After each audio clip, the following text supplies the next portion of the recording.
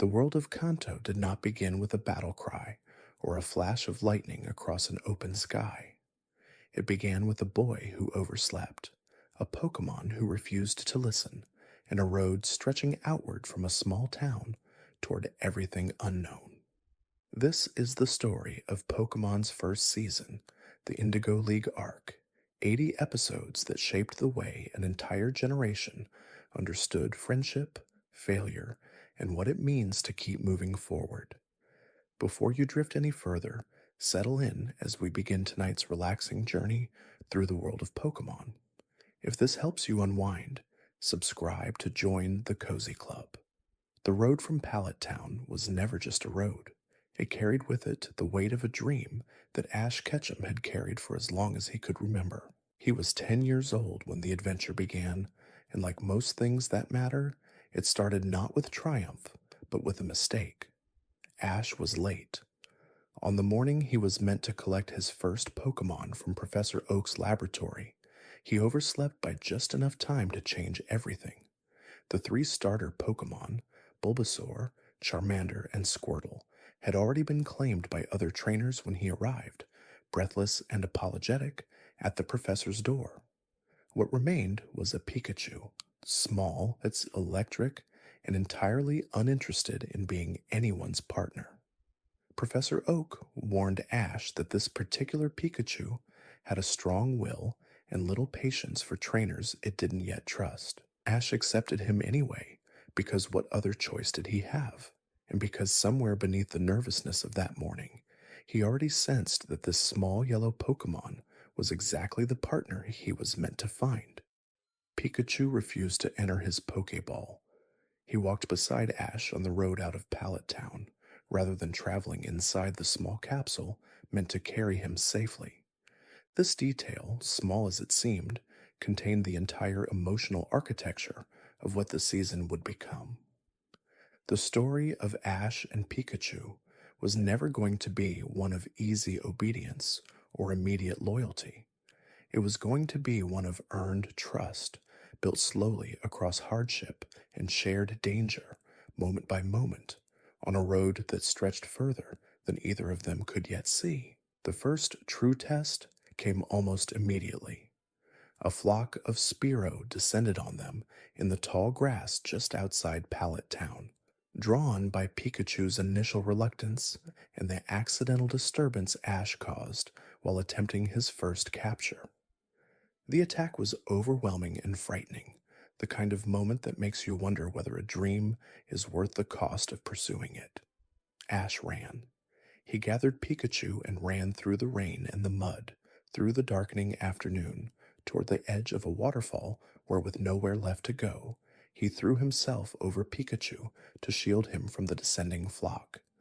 That gesture, wordless and impulsive, and completely without calculation, was the moment the bond between them truly began.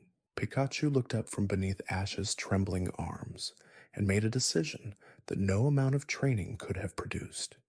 He climbed to Ash's shoulder, drew on every current of electricity within him, and called down a bolt of lightning that scattered every Spearow in the sky. They lay there afterward in the rain, exhausted and alive. And as the clouds parted, something moved across the sky above them, vast and radiant and unlike anything the Pokédex had yet recorded. It was a Pokémon neither of them could name, golden and trailing fire like a comet's tail, gone before the moment could be fully understood. Ash would wonder about that sight for a long time. It was the first of many mysteries the road would offer him, and the kind that never quite resolves itself into a clean answer. Misty found them almost immediately after. She was a water-type trainer from Cerulean City, fishing in a pond near the road when Ash, desperate and injured, borrowed her bicycle to race Pikachu to the nearest Pokémon Center. The bicycle did not survive the encounter with the Spearow flock. Misty declared that she would travel with Ash until the debt was repaid, which was partly true and partly the kind of excuse a person reaches for when what they actually want is to keep moving towards something they haven't yet named. The Pokémon Center in Viridian City was Ash's introduction to Nurse Joy, a figure who would appear in different forms across every city and town he visited throughout Kanto. The nurses shared a name and a calling, and a quiet, steadfast dedication to the health of Pokemon in their care. Their presence in every center gave the world of Kanto a kind of gentle continuity, a reassurance that no matter how far from home the road carried you, care was always available somewhere nearby. It was in Viridian City that the shape of the season's central conflict first emerged. Team Rocket was an organization that had spread its influence across Kanto for years, built on the theft of rare Pokemon and the exploitation of both trainer and creature alike.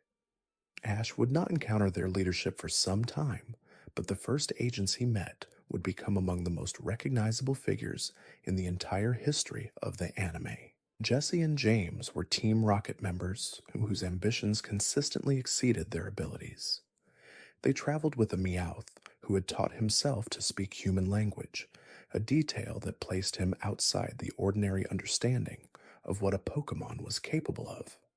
He had learned to speak years earlier, driven by a desire to impress a Meowth he admired, and the effort had cost him the ability to level up in the way most Pokemon could. He was unusual and melancholy and surprisingly philosophical about his situation, and the trio's persistent, cheerfully incompetent pursuit of Ash and Pikachu became one of the season's most enduring rhythms. Their mission, issued by their boss Giovanni, was simple in its stated form: capture Pikachu, whose electrical power was exceptional enough to be worth any effort. What they consistently failed to account for was that Pikachu's power was inseparable from the bond he shared with Ash, and that bond only deepened with each attempt they made to sever it. The road through Kanto proceeded in the way of all great journeys, not in a straight line toward a single destination, but through a series of encounters that seemed incidental in the moment and revealed their meaning only in retrospect. Ash arrived in Pewter City carrying a dream and a partner and very little practical experience, and left having earned his first gym badge and a deeper understanding of what strength actually required. Brock was the Pewter City gym leader, a trainer of rock-type Pokemon who had spent years managing his father's absence and his younger siblings' daily lives before he was old enough for the role. He battled Ash twice. The first time, Ash's team was unprepared and overmatched, and the defeat was unambiguous. The second attempt came after Ash had thought more carefully about type advantages and the specific vulnerabilities of rock-type Pokemon. Pikachu's electricity was ineffective against stone and earth, but the ground beneath the arena was another matter entirely. The Boulder Badge passed to Ash after a battle that reflected genuine tactical thought for the first time, and Brock watched him leave with something shifting in his own chest. He had held the gym leader position out of obligation, not passion. His real dream was to become a Pokemon breeder, someone who understood the care and development of Pokemon at the most intimate level. When Brock's father returned from his long wandering to reclaim the gym, Brock was free, and he chose to travel with Ash and Misty, carrying the responsibility of the group's practical knowledge and the quiet emotional steadiness that neither of the other two quite possessed. 3 travelers now. One dream, at least on the surface, Ash's ambition to become a Pokemon master, driving the group's general direction. But beneath that stated goal, each of them was moving towards something more personal, something less easy to name. Misty carried her complicated relationship with her older sisters and the Cerulean gym she had left behind. Brock carried his longing to understand Pokemon at the deepest level and his habit of falling instantly and helplessly in love with every beautiful young woman he encountered, a recurring source of comedy that softened the harder emotional edges of the journey. Cerulean City was where Ash faced Misty's older sisters at the city's gym, and where Misty's own complicated feelings about her place within her family began to surface. The gym battle ended without a conventional result, with Misty declining to battle Ash properly out of respect for what they had been through together, and the Cascade badge being offered anyway. It was an unusual outcome, the kind the show occasionally permitted itself, where the formality of competition gave way to something more human and less easy to categorize. The season built its world through accumulation. Each new city, each new trainer, each new Pokemon introduced during Ash's journey added another layer to the understanding of what Kanto was and what it meant to move through it. The Orange Gym Badge system, established early in the series, gave structure to the travel, but the meaning of the journey came from everything that fell between the official benchmarks. Ash caught Caterpie in the early days of the journey, his first successful capture, made with the kind of unbridled enthusiasm that hadn't yet learned to calibrate itself. Caterpie evolved into Metapod, and then into Butterfree, in a sequence that carried a quiet emotional weight the show handled with unusual care. The evolution from cocoon to butterfly was presented as something genuinely moving, a creature discovering what it was capable of becoming, and Ash's pride in that transformation was unguarded and complete. The Butterfree arc would return later in the season in an episode that many who watched it as children still remember with particular clarity. When a group of pink Butterfree appeared during a migration season, Ash's Butterfree fell in love with one of them.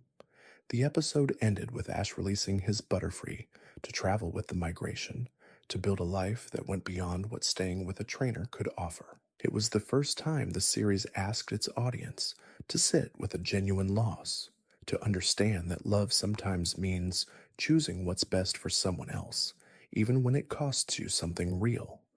Ash would face that lesson many times before the season ended. Each Pokemon he released, or left behind, or failed to capture, was a small education in the difference between holding on and holding well. The Pokemon Master dream that drove him forward was never simply about possession or competition.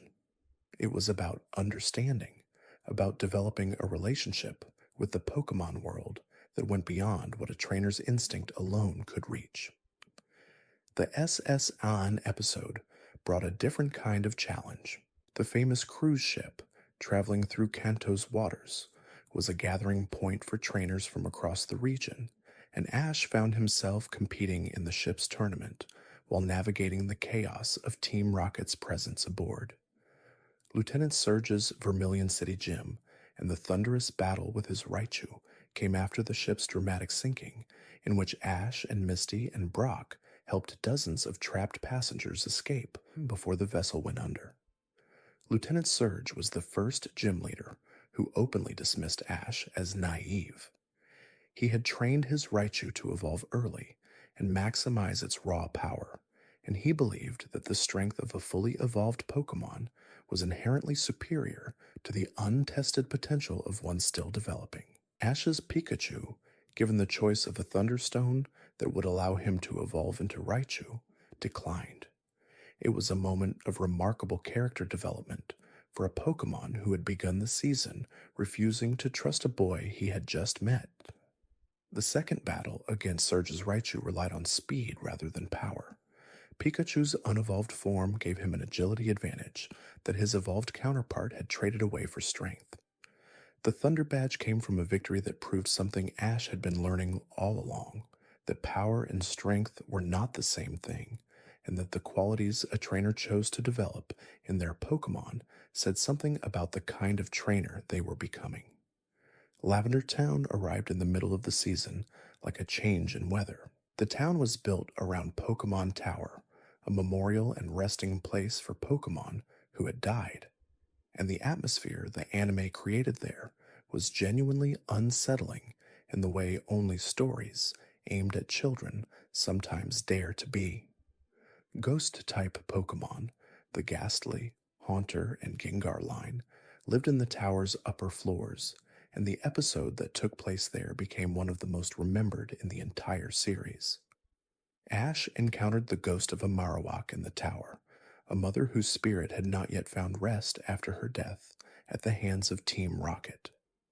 The episode handled grief and loss and the persistence of love beyond death with a seriousness that surprised viewers who had expected something lighter. The emotional register of that story was different from anything the season had offered before, and it stayed with the children who watched it in a way that simpler adventures did not.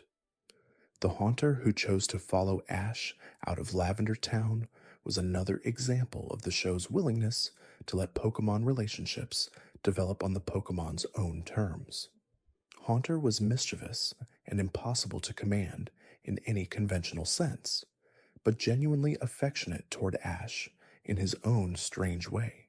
The battle at Saffron City's gym, where Haunter made the fearsome Sabrina laugh and broke the psychological hold that had kept her isolated inside her own enormous power, was one of the season's most memorable resolutions. Sabrina was the Saffron City gym leader, a trainer of psychic-type Pokemon whose abilities extended beyond battling into something that looked more like genuine psychic power. She had been portrayed in the anime as a figure of cold authority, someone whose emotional development had been suppressed in favor of her extraordinary abilities, leaving her isolated behind a mask of capability that no one could reach. Haunter's comedy broke through that isolation not through force or cleverness, but through simple joy, a reminder that laughter has always been one of the most effective tools for finding a human being who has forgotten how to be one. 3 badges, then 4.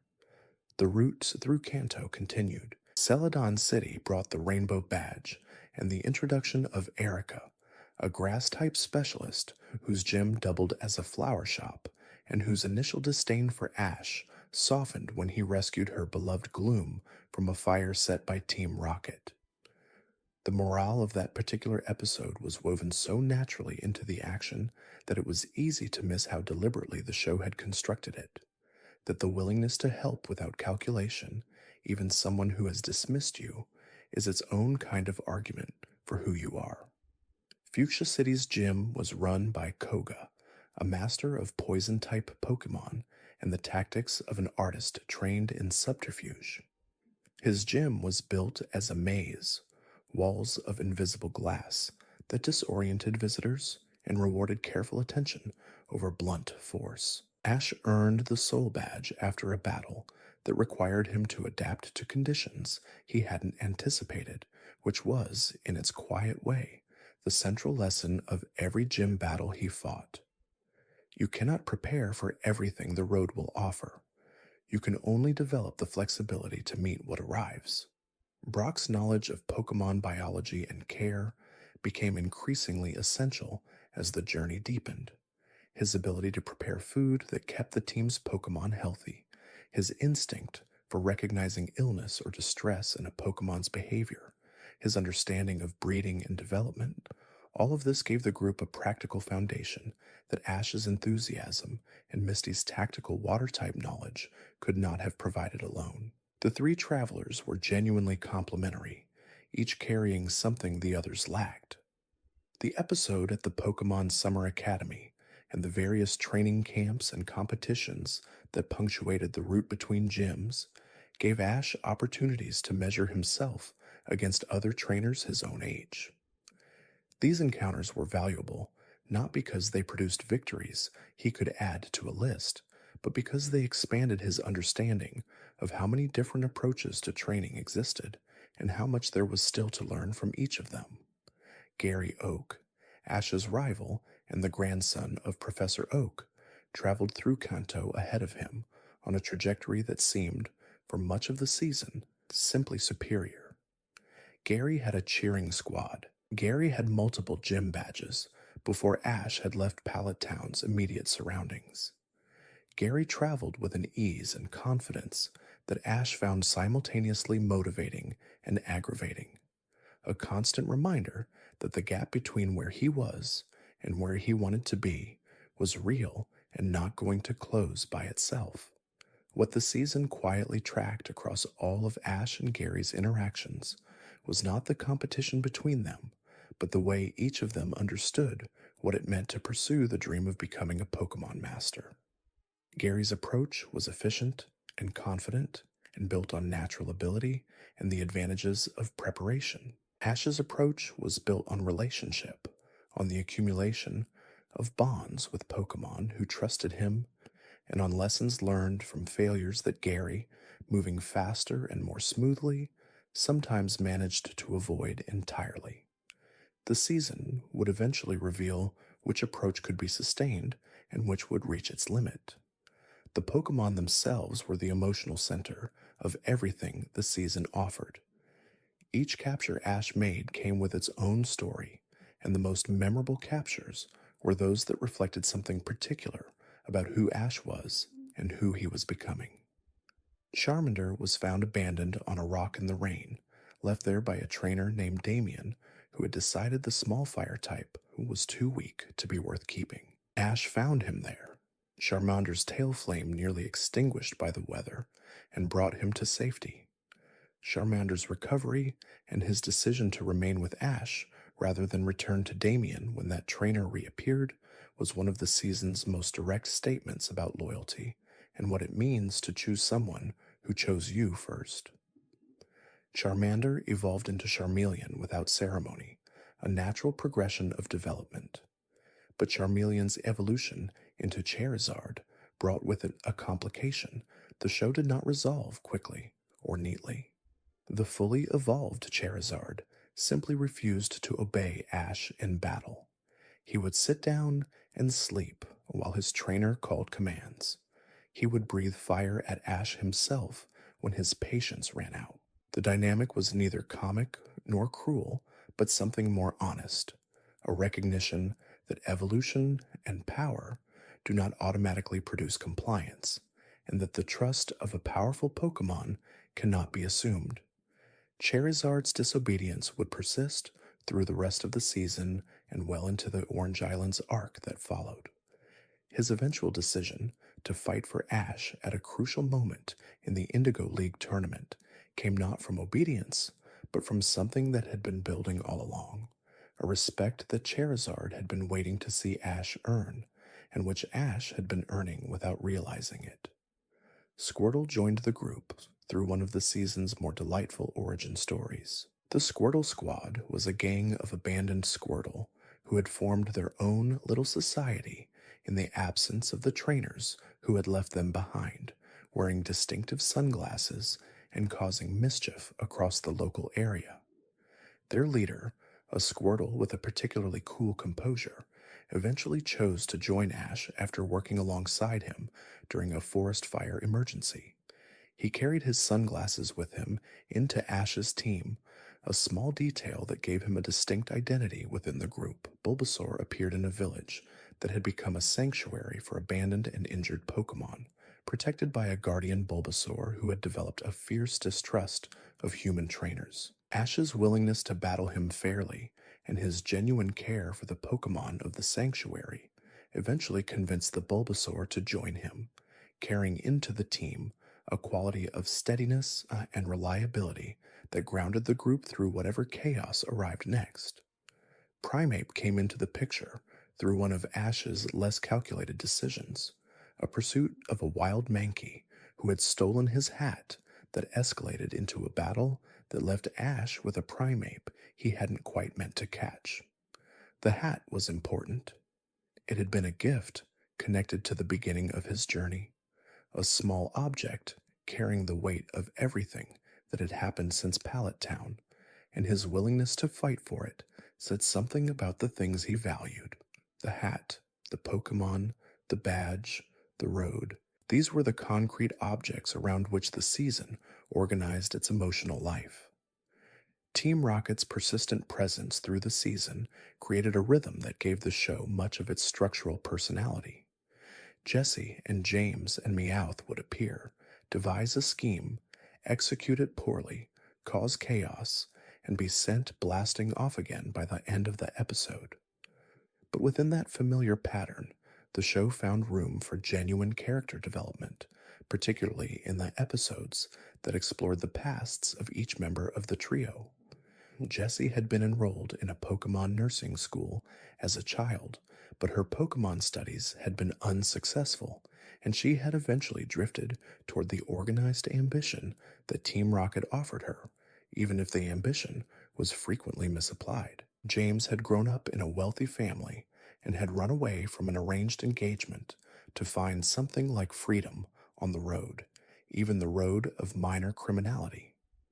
These backstories gave both characters a pathos that their villainous role alone could not have generated, and made the audience's complicated affection for them feel earned rather than simply reflexive. Meowth's story was the most unusual and the most affecting.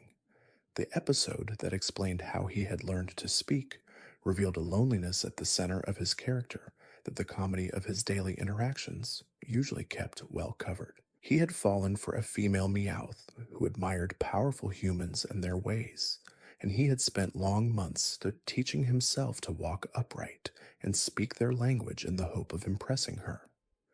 The effort had cost him his capacity to learn Scratch and other standard Meowth moves, and when he finally revealed himself to her, she had laughed at him.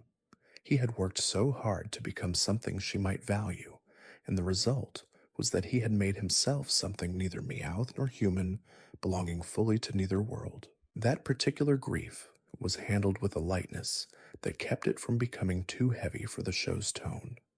But it was present in everything Meowth did, in the way he carried himself between Jessie and James, in his philosophical observations about Pokemon and trainer relationships, in the specific mixture of cynicism and unextinguished longing that defined his particular voice. The Safari Zone episode produced one of the season's most discussed creative decisions. Ash attempted to catch as many Pokemon as possible during his time in the Safari Zone, and returned believing he had caught 30 Tauros through particularly persistent use of his Safari Balls. The episode in which this was shown to have happened was not broadcast in certain international regions, and Ash's sudden ownership of 30 Tauros arrived in international audiences' experience without full explanation. The Tauros would later appear at Professor Oak's ranch, where Ash sent most of his caught Pokemon when his active team reached its limit, and they would become useful members of his tournament roster. Professor Oak's lab and the ranch attached to it served as the emotional home base of the season, the place where the Pokemon Ash had caught and loved continued to live and grow in his absence. The professor's combination of genuine scientific curiosity and warm paternalism made him one of the most reliable presences in the world the show built, someone who could be trusted to know what was needed and to care about the outcome. The final gym badge before the Indigo League came from Viridian City, where Giovanni, the leader of Team Rocket, had been serving as gym leader in addition to his criminal enterprise. By the time Ash arrived to challenge for the Earth badge, Giovanni had departed, leaving the gym temporarily under the control of one of his underlings.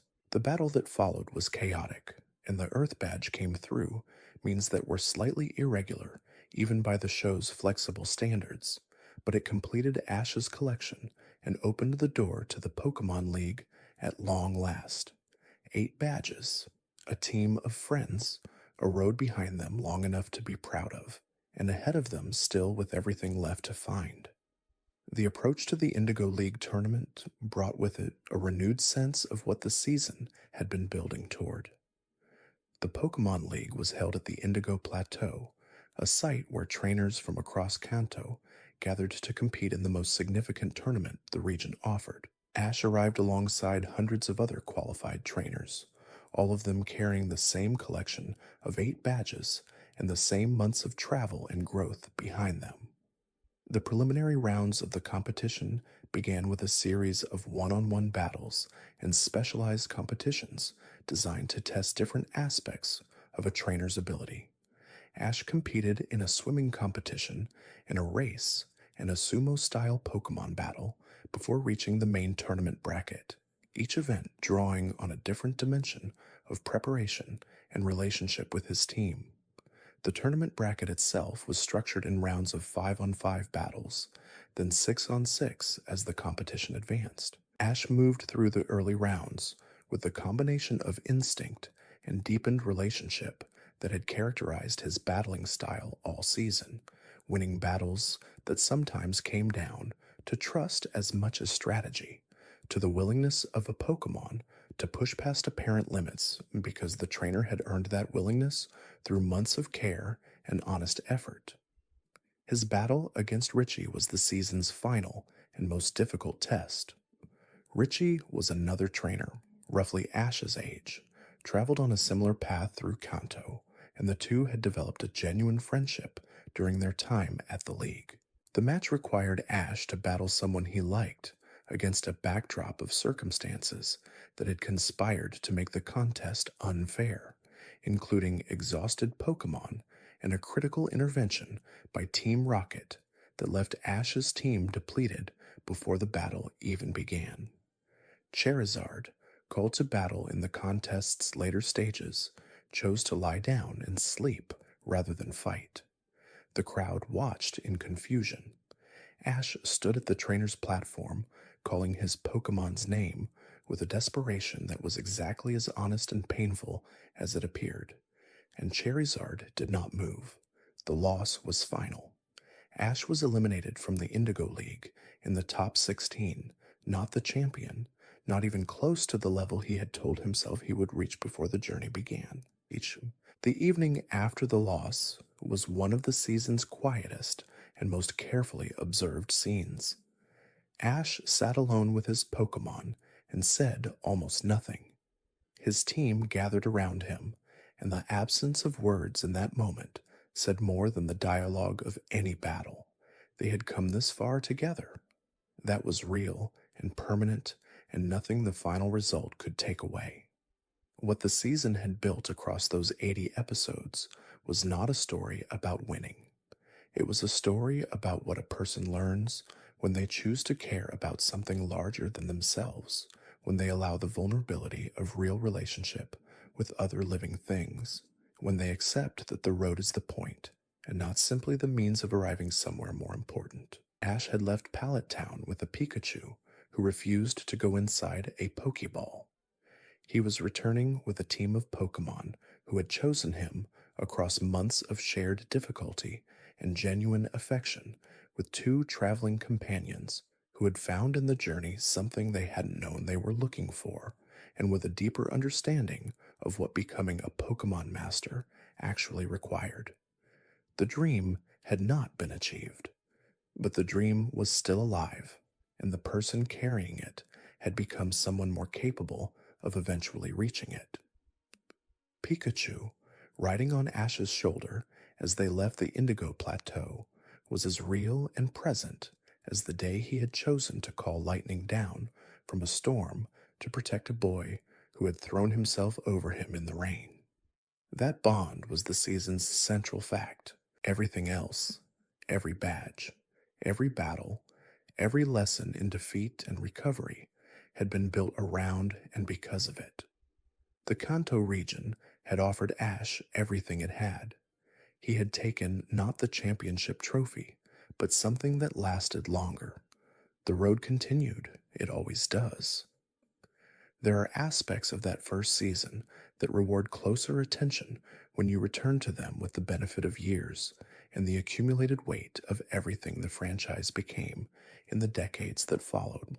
The episode structure itself, the way each chapter of Ash's journey was built around a specific encounter or challenge, reflected a kind of storytelling patience that trusted its audience to find meaning in repetition and variation.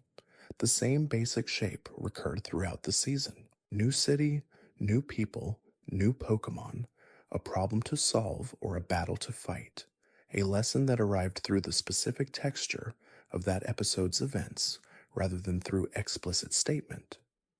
The moral architecture of the show was woven into its incident rather than announced, which is why the children who watched it absorbed those lessons without always being able to articulate what they had taken in. Ash's willingness to help people and Pokemon he had just met, without calculation or expectation of return, was the quality that defined him most consistently through the season. It was what drew his Pokemon to him before they trusted him. It was what built his friendships with Misty and Brock into something genuine rather than merely circumstantial. It was what distinguished him ultimately from trainers who were technically more accomplished in the conventional measures of Pokemon battling. The season introduced many Pokemon whose individual personalities and stories gave them a life beyond their role in Ash's team or in an opponent's roster. The Ghastly, Haunter, and Jengar who lived in Pokemon Tower were given histories and motivations that made them feel like inhabitants of the world rather than simply adversaries. The Lickitung who joined Jesse's team during a trading incident had a personality distinct enough to be memorable years later. The Jigglypuff, who appeared periodically throughout Kanto, microphone in hand, furiously drawing on the faces of anyone who fell asleep during her songs, became one of the season's most beloved recurring presences. Each recurring character gave the world of Kanto a density that made it feel inhabited beyond the episode's immediate concerns. Officer Jenny's family of nearly identical police officers spread across the region, each assigned to their own city, and each working alongside a Growlithe or Arcanine, gave the law enforcement of Kanto a distinct personality. Nurse Joy's presence in every Pokemon Center she staffed gave those centers a consistent emotional tone, a place where trainers and their Pokemon could always find competent and compassionate care. These structural details were not accidents.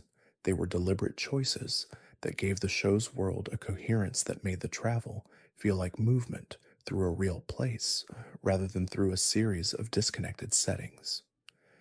The Pokémon League Stadium at the Indigo Plateau was the most formally constructed setting the season offered, a place where the architecture of competition gave everything around it a particular weight. The crowds, the brackets, the formality of the referee's calls, the specific rules governing which Pokemon could be substituted and when, all of this created a different atmosphere from the open road, one in which the months of informal development were suddenly subjected to the pressure of official measure. What the tournament revealed was that Ash's growth was real and significant, and still genuinely insufficient for the very top level of competition. The trainers who made it to the final rounds of the Indigo League were carrying months of preparation, just as Ash was, and some of them had resources and experience and a kind of cold, tactical discipline that Ash's relationship-centered approach had not yet fully cultivated. The loss to Richie specifically hurt because it was not a loss to an enemy but to a friend, and because the circumstances surrounding it felt unfair in ways that real life sometimes is unfair, without recourse or clean resolution. Ash had done nothing wrong. Team Rocket had intervened. Charizard had refused. The result was elimination in the quarterfinals of the first Pokémon League Ash had ever entered in his first year of training at the age of 10. The scale of what that actually meant was something the show was careful to acknowledge without allowing it to become crushing. Top 16 in the Kanto League, Ash's first serious competition against trainers who had been preparing for years, was an objectively significant achievement. The emotions of the moment made it feel like failure. The passage of time and perspective would reveal it differently.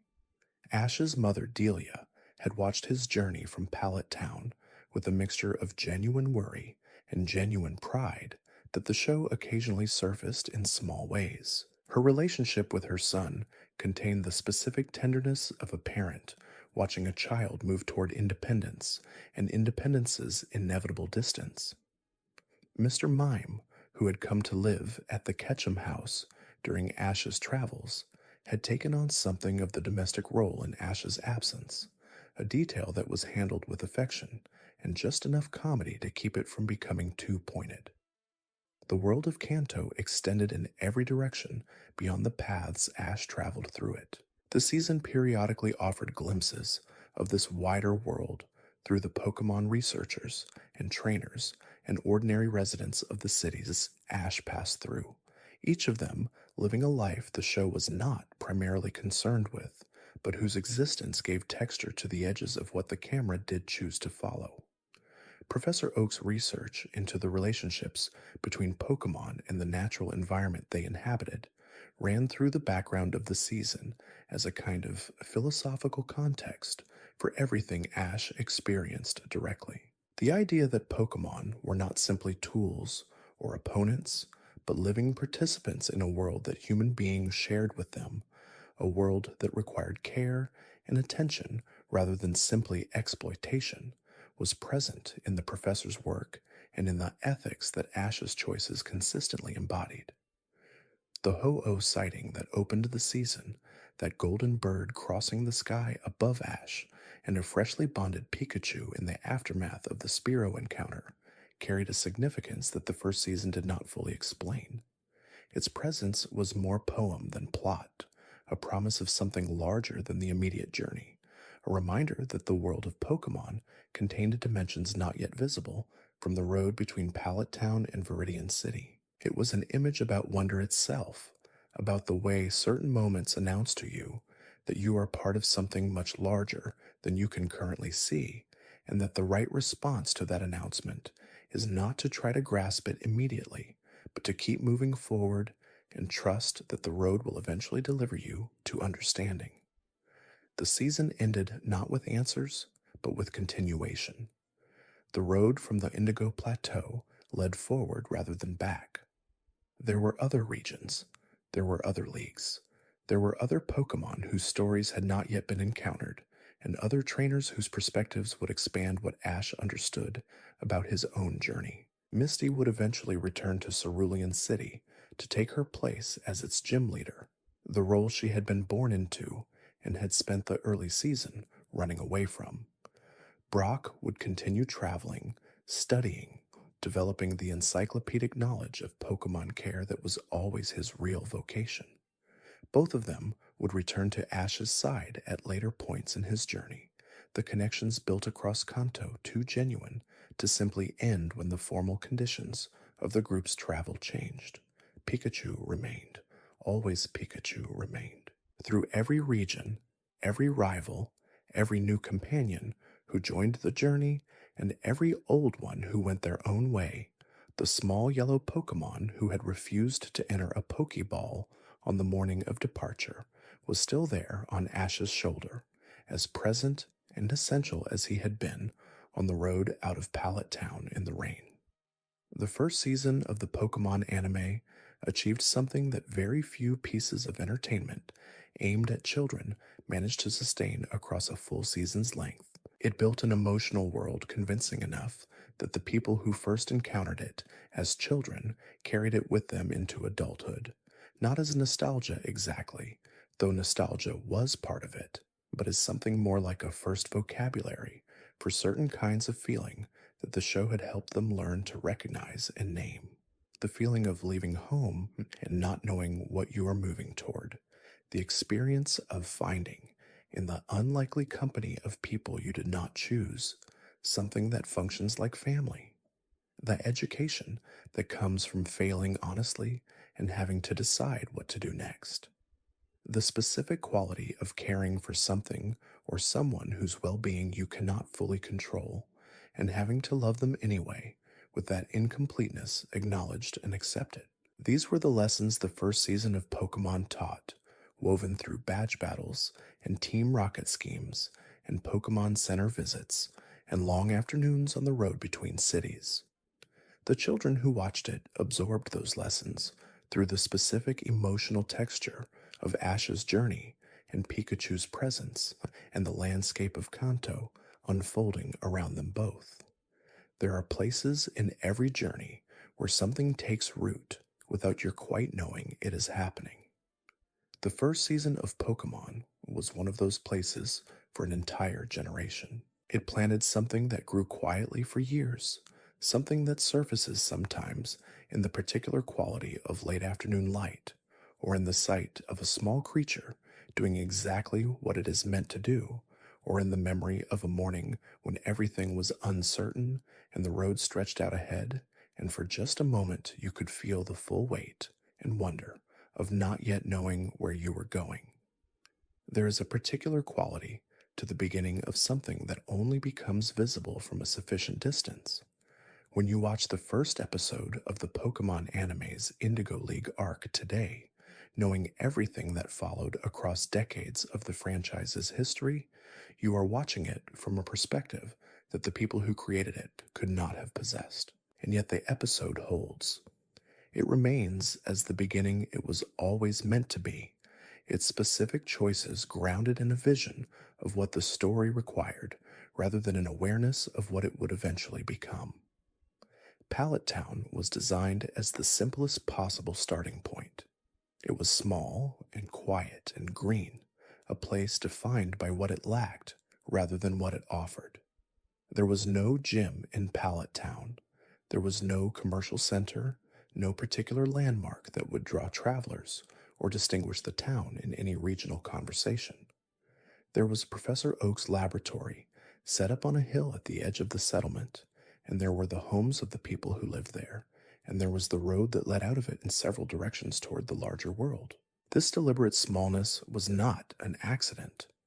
The simplicity of Pallet Town created the maximum possible contrast with everything that followed, ensuring that every new city and route and encounter registered as an expansion of the known world rather than merely a variation on a familiar setting. You felt the distance Ash was traveling from home, not because the show told you he was far away, but because every new place he arrived in was so clearly different from the green quiet of where he had started. The choice to give Ash a rival from his own hometown was another foundational, structural decision with implications that would unfold across years. Gary Oak's parallel journey through Kanto, always slightly ahead and slightly more efficient and slightly more confident, served a narrative function that went beyond simple antagonism. Gary was the version of the Pokemon Master Dream that proceeded without complication, without failure, without the specific detours and setbacks that Ash's more relationship-centered approach generated at every turn.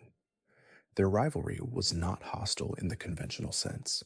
Gary teased Ash and called him a loser and traveled with an entourage of cheerleaders whose very existence seemed designed to emphasize the distance between their respective situations. But there was never genuine cruelty in it, never the intent to damage rather than simply to compete. They had grown up together in the same small town with the same famous grandfather and the same foundational dream, and the familiarity of that shared origin made the rivalry personal in a way that purely competitive friction could not have achieved. What the season tracked between them was not simply their respective progress through the badge collection, but the deepening divergence of their approaches. Gary's confidence was real and earned, but it was also, gradually, a kind of armor. Ash's visible vulnerability, his failures that happened in front of people, his tendency to care loudly and impulsively, and sometimes to his own disadvantage, was actually the quality that his approach to Pokemon training required. You cannot build the kind of bonds that Ash built with his team if you are primarily concerned with appearing to be in control of outcomes. The electric Pokemon Pikachu appeared in the first episode of the anime, looking approximately like the design that millions of players had already encountered in the Game Boy games released the previous year in Japan. His personality in the anime was, however, something the games had not quite managed to express. The small Pikachu who refused the Pokeball and walked on the road beside the trainer who was trying to earn his trust was a character in a way that a sprite on a small screen could gesture toward but not fully realize. His emotional life was legible from the beginning. You could read his feelings in the position of his ears, in the way his cheeks sparked when he was agitated, in the way he sat with his back to Ash during the early days of the journey when trust had not yet been established. He was not performing mood for the audience's benefit. He was simply a living thing with a complex inner world that the people around him were still learning to read. The decision to make Pikachu the franchise's central mascot had been made before the anime's production, but the anime gave that decision its emotional substance. Pikachu was not beloved because of superior battle statistics or a particularly useful type chart position. He was beloved because the first season of the anime made him into a character whose journey from distrust to devotion could be tracked and felt by anyone who watched it. The route from Pallet Town to Viridian City was the first stretch of road Ash and Pikachu traveled together, and the Spearow encounter that transformed their relationship was concentrated enough in its emotional demands to accomplish what weeks of ordinary travel could not have done. Shared danger, a gesture of protection offered without calculation, a response to that gesture that went beyond what training had produced, the first recognition on both sides that something genuine was beginning. This was the emotional template the season would return to across every subsequent arc of its structure. The bond between trainer and Pokémon was not given, it was made, and the making of it required both parties to act beyond what self-interest alone would have produced. Ash had to be willing to be hurt for Pikachu's sake before Pikachu had any reason to trust him. The trust came after the proof, not before it, and the proof was written in the willingness to absorb a cost that could have been avoided. The Viridian Forest, the route between Viridian City and Pewter City, was the first extended wilderness Ash passed through on his journey, and the episodes set there introduced several dynamics that would persist through the entire season. Bug-type Pokémon inhabited the forest in great numbers, and the opportunity to observe and capture them gave the early episodes a naturalistic quality, a sense of a world teeming with creature life that was being encountered by a traveler alert to its presence. Caterpie's capture in the forest was handled with an affection that established one of the season's central pleasures, the individual story of each Pokémon who joined Ash's team.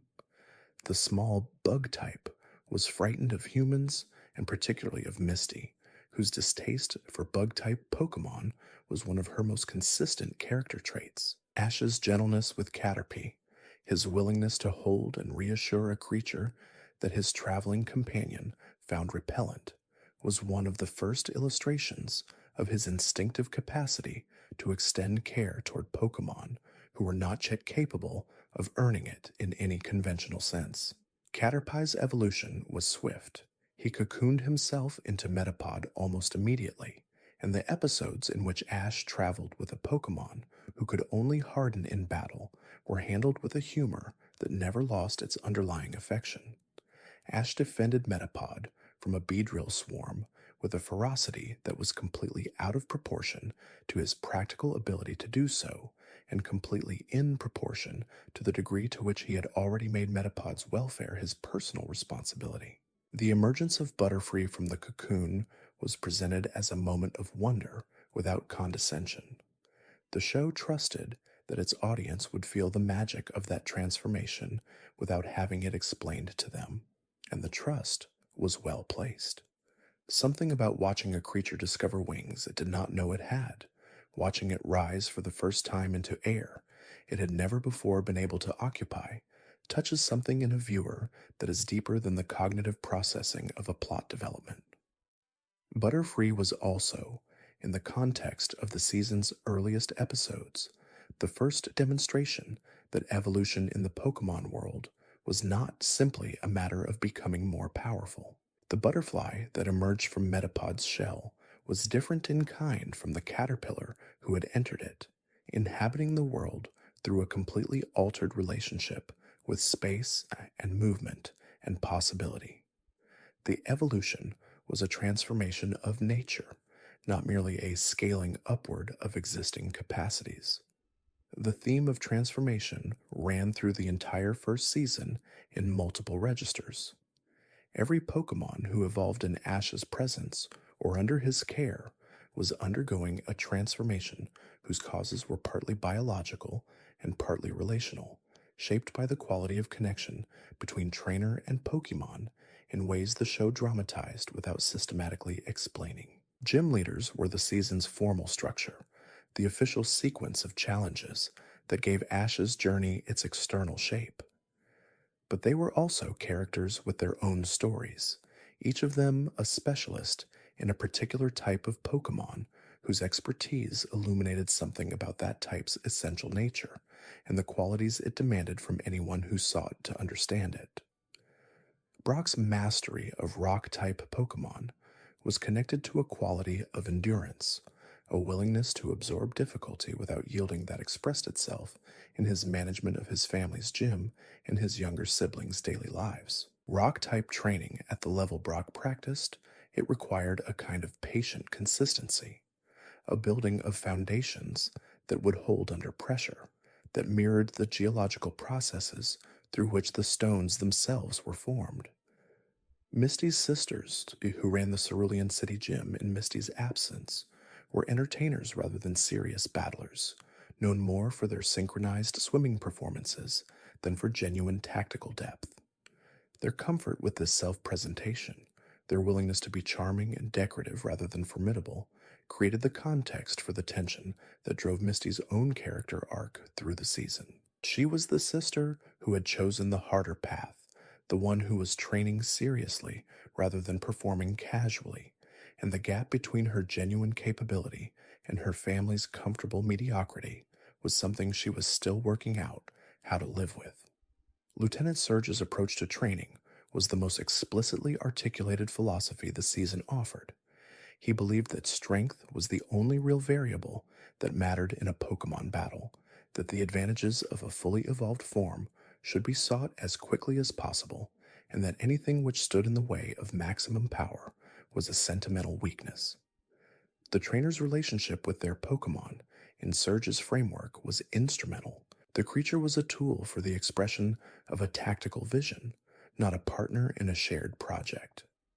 This philosophy was presented in the season as incorrect, not because the show argued against it explicitly, but because the evidence of Ash's approach consistently demonstrated its inadequacy. Surge's Raichu was undeniably powerful, but the power had been optimized at the cost of the specific advantages that Pikachu's smaller form still possessed. The Thunder Badge came from precisely the qualities that Surge had dismissed, the speed and agility available to a Pokemon who had not been forced to evolve before its natural development had completed. The episode offered, through the machinery of a gym battle, a statement about development that extended well beyond Pokemon. The pressure to accelerate growth, to reach a final form before the process of becoming has had time to unfold naturally, produces a specific kind of cost. The Raichu who had been pushed through a thunderstone before he was ready had become powerful in a way that foreclosed other kinds of possibility, and the battle revealed exactly what had been traded away. Erica of Celadon City was a gym leader whose initial encounter with Ash was shaped by a misunderstanding about his character, a moment of defensive dismissal that set up the episode's central reversal. Her deep love for her gloom, expressed without reservation during the fire that threatened her gym, was the same quality of unguarded affection that defined Ash's own relationship with his team. The recognitions of that shared quality across the barrier of the earlier misunderstanding was what the episode was really concerned with. Koga's approach to battling in Fuchsia City reflected a disciplined philosophy of indirect action, of achieving outcomes through means that circumvented an opponent's strengths rather than confronting them directly. His gym's invisible walls were a physical expression of his tactical preference for disorientation and misdirection over straightforward conflict. The Soul Badge came from an Ash who had been forced to slow down and think rather than simply react, who had engaged with the problem of Koga's maze at a level of deliberate attention that his usual instinct-driven style did not naturally produce. Blaine, the Cinnabar Island gym leader, was a fire specialist whose eccentricities were among the season's most colorful character notes. He posed riddles at the entrance to his gym as a form of preliminary qualification, delighting in the challenge of finding visitors who could meet him on his own terms. His Magmar was a formidable opponent whose fierce power tested Ash's team at a moment late enough in the journey that the accumulated experience of the previous months was finally sufficient to meet it. The accumulation of experience was itself one of the season's central arguments. By the time Ash reached the Indigo Plateau, the months of travel had produced something that his Pallet Town departure self would not have been capable of. Not merely skill in battling, though that had developed, but a deeper understanding of how to read a situation, how to respond to unexpected developments, how to support a Pokemon who was struggling, how to make decisions under pressure with incomplete information and accept the consequences honestly. These were not qualities that any particular training regime could have produced directly. They were the result of being tested repeatedly in conditions that could not be controlled, of having no choice but to adapt or fail, and of choosing consistently to take the lessons of failure seriously rather than simply enduring them. The Pokemon that Ash sent to Professor Oak's ranch represented the full sweep of his journey's encounters. 30 Tauros, caught in the Safari Zone with a persistence that was characteristic. The Pokemon he had captured and trained across every route between Pallet Town and the Indigo Plateau, all of them part of a living record of everywhere he had been and everything he had learned. The ranch itself was a kind of memory palace, a place where the past was alive and present rather than merely remembered. Visiting it in later episodes, watching the Pokemon he had traveled with living together in Professor Oak's care, gave the journey a tangible weight, a sense that it had deposited something real and lasting in the world even before it reached its formal conclusion. The friendships built during the season had their own geography. Ash and Misty had argued from almost the first day, and continued to argue with a consistency that suggested the arguments were one of the ways they communicated rather than obstacles to communication. Their disagreements were almost always about method rather than goal, about how to proceed rather than what to pursue, and beneath the friction was a genuine mutual respect that neither of them articulated in sentimental terms because the arguments were doing that work for them. Brock's stability was the third quality the group required, and his particular form of care, practical and knowledgeable and consistently expressed through action rather than statement, provided a foundation that Ash's impulsiveness and Misty's volatility could build on without collapsing. The three of them were a functional unit in the way that groups are functional units, when their different qualities genuinely complement each other rather than simply coexisting. Team Rocket's failure across the season was as instructive as Ash's growth.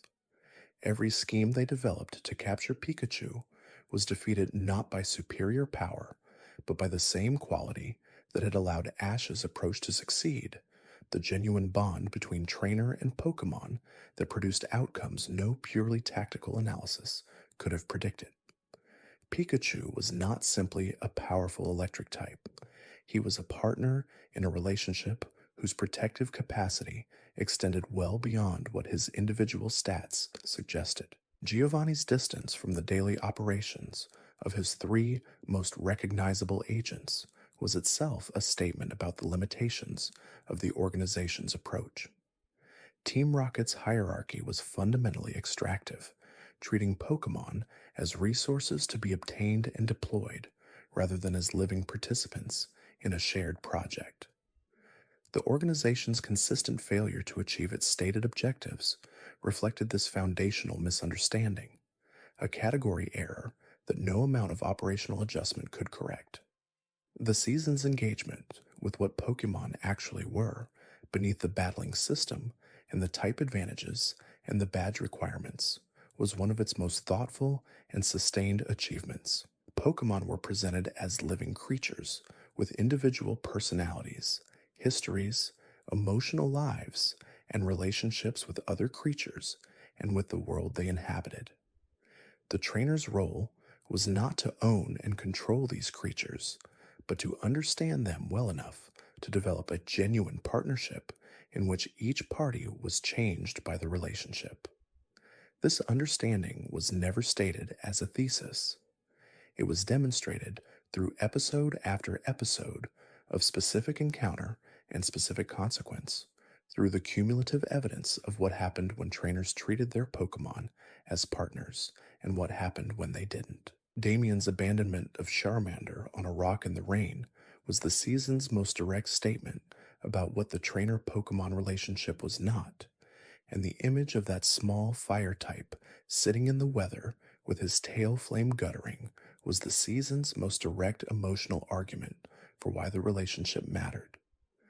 Charmander's recovery and his decision to remain with Ash rather than return to the trainer who had abandoned him was not presented as a simple moral lesson. It was presented as a reasonable response by a living creature to the difference between how it had been treated by two different people. The choice was Charmander's to make, and he made it based on evidence that was entirely his own to evaluate. The season was full of these moments of Pokemon agency, these choices made by creatures whose inner lives the show was careful to take seriously, even when it could not express them in human language.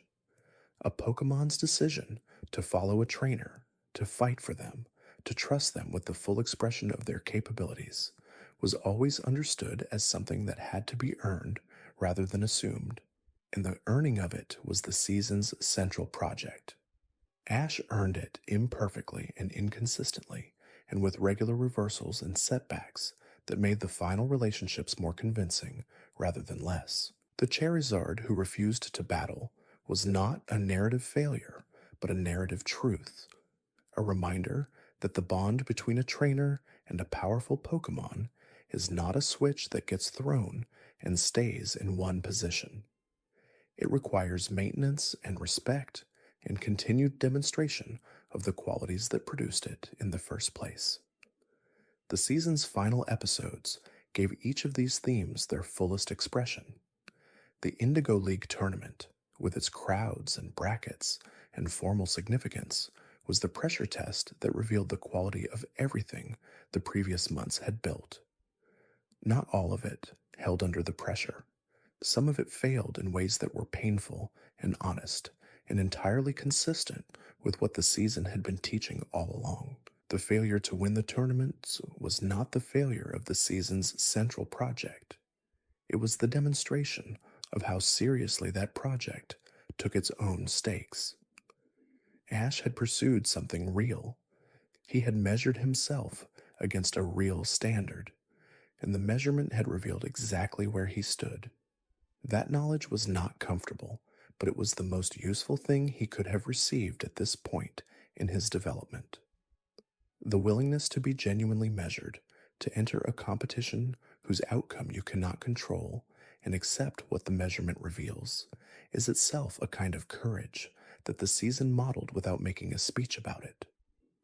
Ash walked into the Indigo League carrying everything he had built across a year of travel. He walked out carrying that same everything, plus the specific weight of knowing that it wasn't enough yet, and that knowing this was the beginning of the next phase of work. Pikachu walked beside him. The road continued. The morning after the loss at the Indigo League was already becoming the day before the next step of the journey. This is the rhythm of growth that the first season established and that all subsequent seasons of the franchise would inherit, not the arc from ignorance to mastery, but the arc from one level of understanding to the next, with each new level revealing the full extent of what still remained to be learned. The Kanto region, having been traveled, did not become smaller or less significant in the memory. It remained as large as the experience of first crossing it had made it. A geography of firsts: the first gym badge, the first evolution, the first release, the first tournament, the first understanding of what it actually meant to care for a Pokemon beyond simply possessing one. Every subsequent region Ash would visit would be understood through the lens of Kanto, through the vocabulary of experience the first season had given him. The language of Pokemon training that the Indigo League arc had taught was not replaced by what came after. It was extended and complicated and tested against new situations, but it retained its essential character, the primacy of relationship over strategy, of trust over technique, of care as the ground from which everything else grew. The children who first watched those 80 episodes were learning something that would take them years to fully articulate. The animation, the music, the monsters, the battles were all part of it, but not the core of it.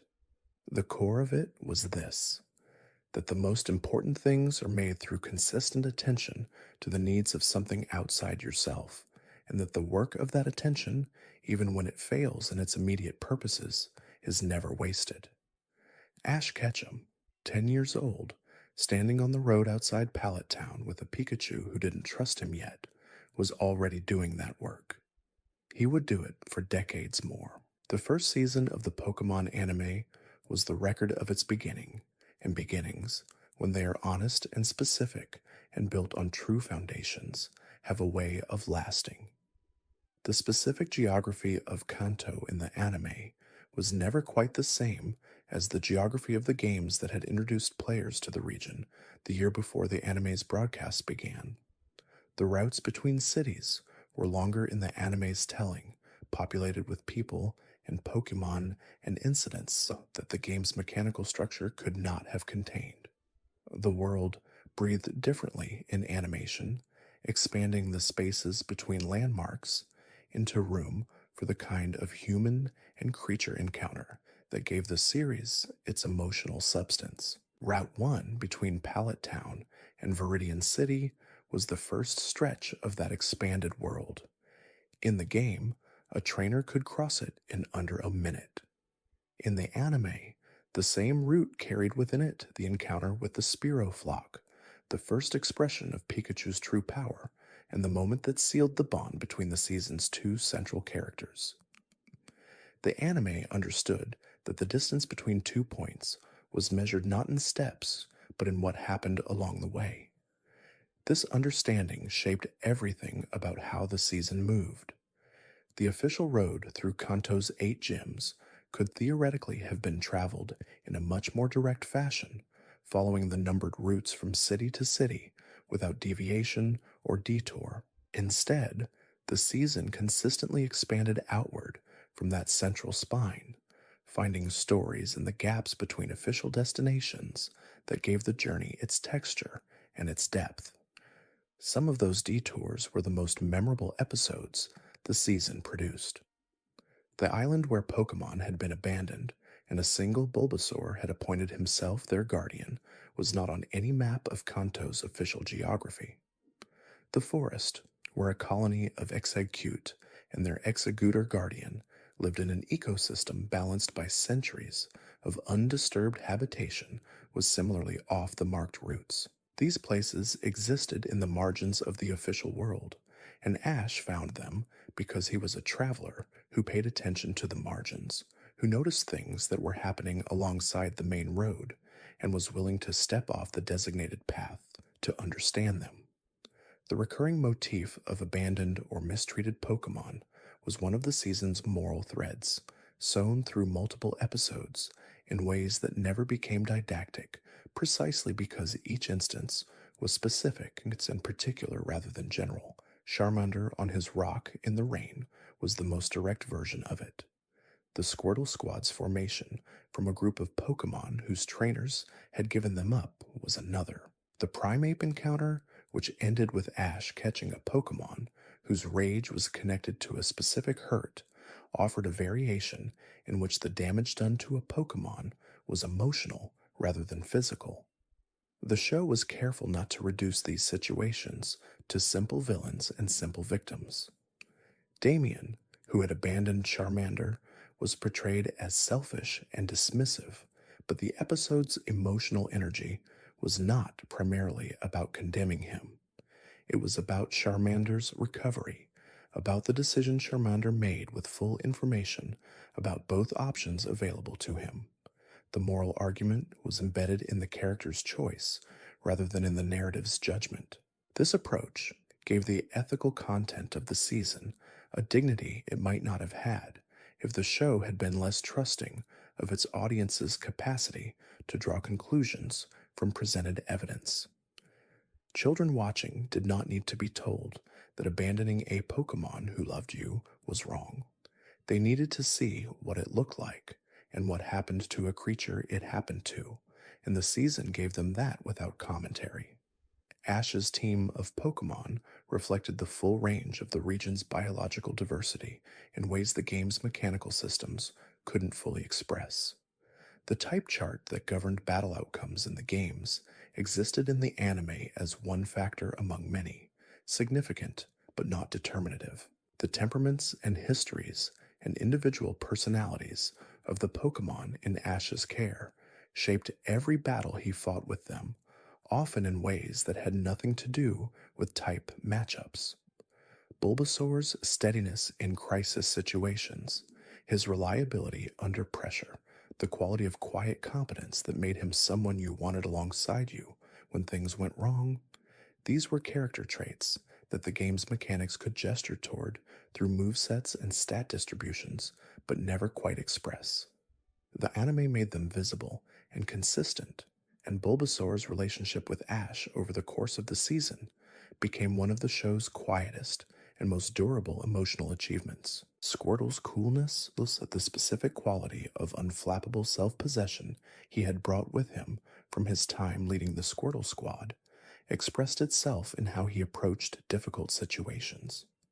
He was not invulnerable or without fear, but he had developed in the period before Ash a way of holding himself steady in the face of threat that translated directly into how he fought and how he carried himself in the team. The Pokemon in Ash's party were not simply his tools for winning battles. They were a group of individuals with their own qualities and histories and inner lives, traveling together through a shared experience that was shaping all of them, not just the human trainer at the center of it. The world the season built around them was similarly complex. Kanto was not a monolithic setting, but a collection of distinct communities, each with its own culture and economy and relationship to Pokemon training. Vermilion City's port, with its international traffic and military history, produced Lieutenant Surge and his philosophy of pure power. Lavender Town's relationship with death and memory and the persistence of emotional bonds beyond physical existence produced a different understanding of what Pokemon were and what their connection to the humans who loved them meant. Celadon City's department store and its gym's flower shop aesthetic suggested a version of Pokemon training integrated into ordinary commercial and domestic life. Pokemon not as warriors or tools, but as companions woven into the fabric of daily existence. Fuskia City's Safari Zone, where wild Pokemon lived in a protected space observed by visitors, raised questions about the relationship between human presence and Pokemon welfare that the season didn't answer but clearly thought were worth raising. The variety of human relationships with Pokemon visible across Kanto was one of the season's most interesting background arguments. Trainers like Ash were only one model among many. Researchers like Professor Oak represented another. The Pokemon Center nurses and their partnership with the Chansey, who assisted them at each center, represented something else entirely. A vocation of care expressed through dedicated daily work rather than through competitive achievement.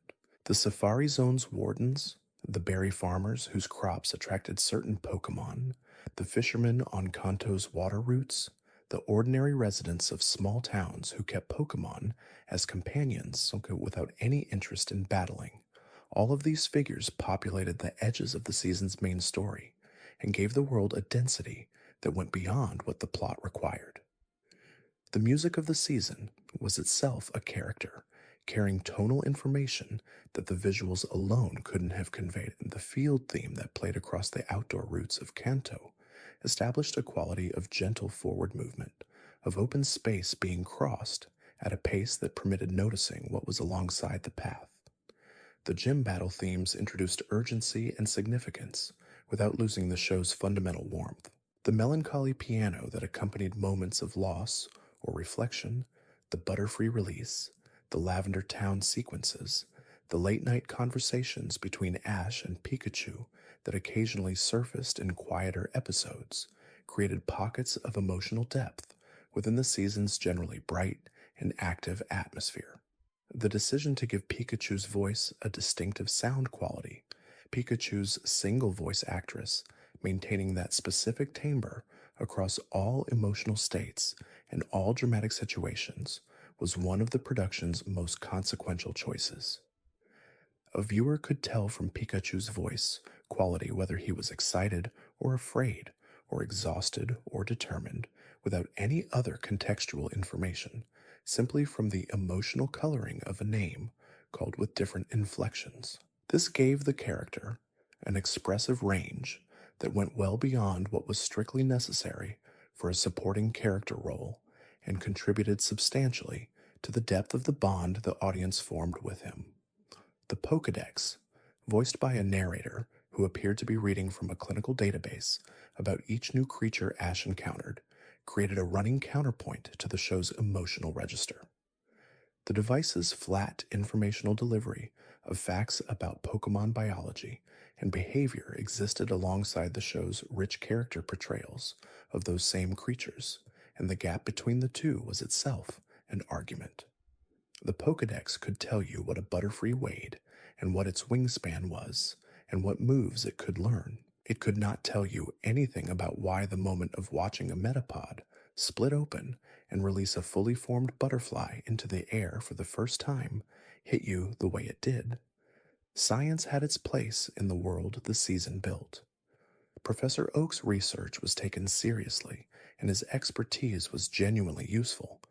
But the knowledge that mattered most in the season's moral economy was not the kind that could be encoded into a database. It was the kind that came from paying attention to specific creatures in specific moments, from caring enough to notice what a Pokemon needed, and developing the relationship that gave you the access to provide it. The season's relationship to the games that had preceded it was neither dependent nor dismissive. The basic world, the types, the moves, the gym structure, the league, all of this was inherited from the games and maintained with consistency that satisfied players who had come to the anime through their Game Boy adventures. But the show had made its own decisions about how to inhabit that world, what to foreground and what to leave in the background, and those decisions were consistently in the direction of the human and emotional content that animation could express better than game mechanics could. The original 151 Pokemon of the first generation were not all encountered in the first season. The show was selective and deliberate about which creatures appeared and in what contexts, giving the significant Pokemon sufficient screen time to register as characters, rather than trying to check off the full roster in the course of a single season's travel. The encounters that did happen were given the space they needed, and the Pokemon who appeared most memorably were those whose individual personalities had room to express themselves across multiple scenes or multiple episodes. Gengar's presence in Lavender Tower, mischievous and slightly eerie, was established across enough scenes to register as genuine characterization. Jigglypuff's recurring appearances, the furious self-appointed performer who put audiences to sleep and wrote on their faces with her marker in revenge, accumulated across the season into a running story of thwarted artistic ambition that was both genuinely funny and unexpectedly poignant. Even the Pokemon who appeared in single episodes were often given enough screen time to feel like individuals rather than scenery. The episode structure of the season, roughly divided between gym badge pursuits and standalone adventures with their own complete emotional arcs, allowed the show to maintain narrative momentum without requiring every episode to advance a central plot. Some episodes were clearly more significant than others, the ones that changed something permanent about a character's situation or understanding. But even the episodes that returned the status quo to something close to its starting position offered observations about the world and its creatures that were worth having. The Team Rocket Trio's defeat at the end of each episode produced one of the season's most repeated images, the three of them blasting off again into the sky, growing smaller against the clouds until they were only a glint and then gone. The ritual quality of that image, the absolute predictability of the ending after every scheme, was its own kind of joke, one that deepened through repetition rather than becoming stale. Each time it happened, something that was already familiar became more familiar, and the comfort of that familiarity was one of the small pleasures the show was building across the season. Humor was never the season's primary mode, but it was present throughout in ways that gave the more serious emotional content room to breathe without becoming oppressive. The show knew when to release tension through comedy and when to let the weight of a moment rest on the audience without immediate deflation. This tonal intelligence was one of its most consistent qualities, and it contributed substantially to the season's emotional range. The late episodes of the season, as the Indigo League tournament approached and then proceeded, carried a different quality of attention from the earlier material. Everything felt more consequential, not because the individual moments were necessarily more dramatic, but because the months of accumulated investment had made every development resonate against a background of everything that had already happened. The competitors Ash met at the tournaments were new characters introduced late enough that they couldn't be given the full story treatment thus the season had given to Brock and Misty and the gym leaders.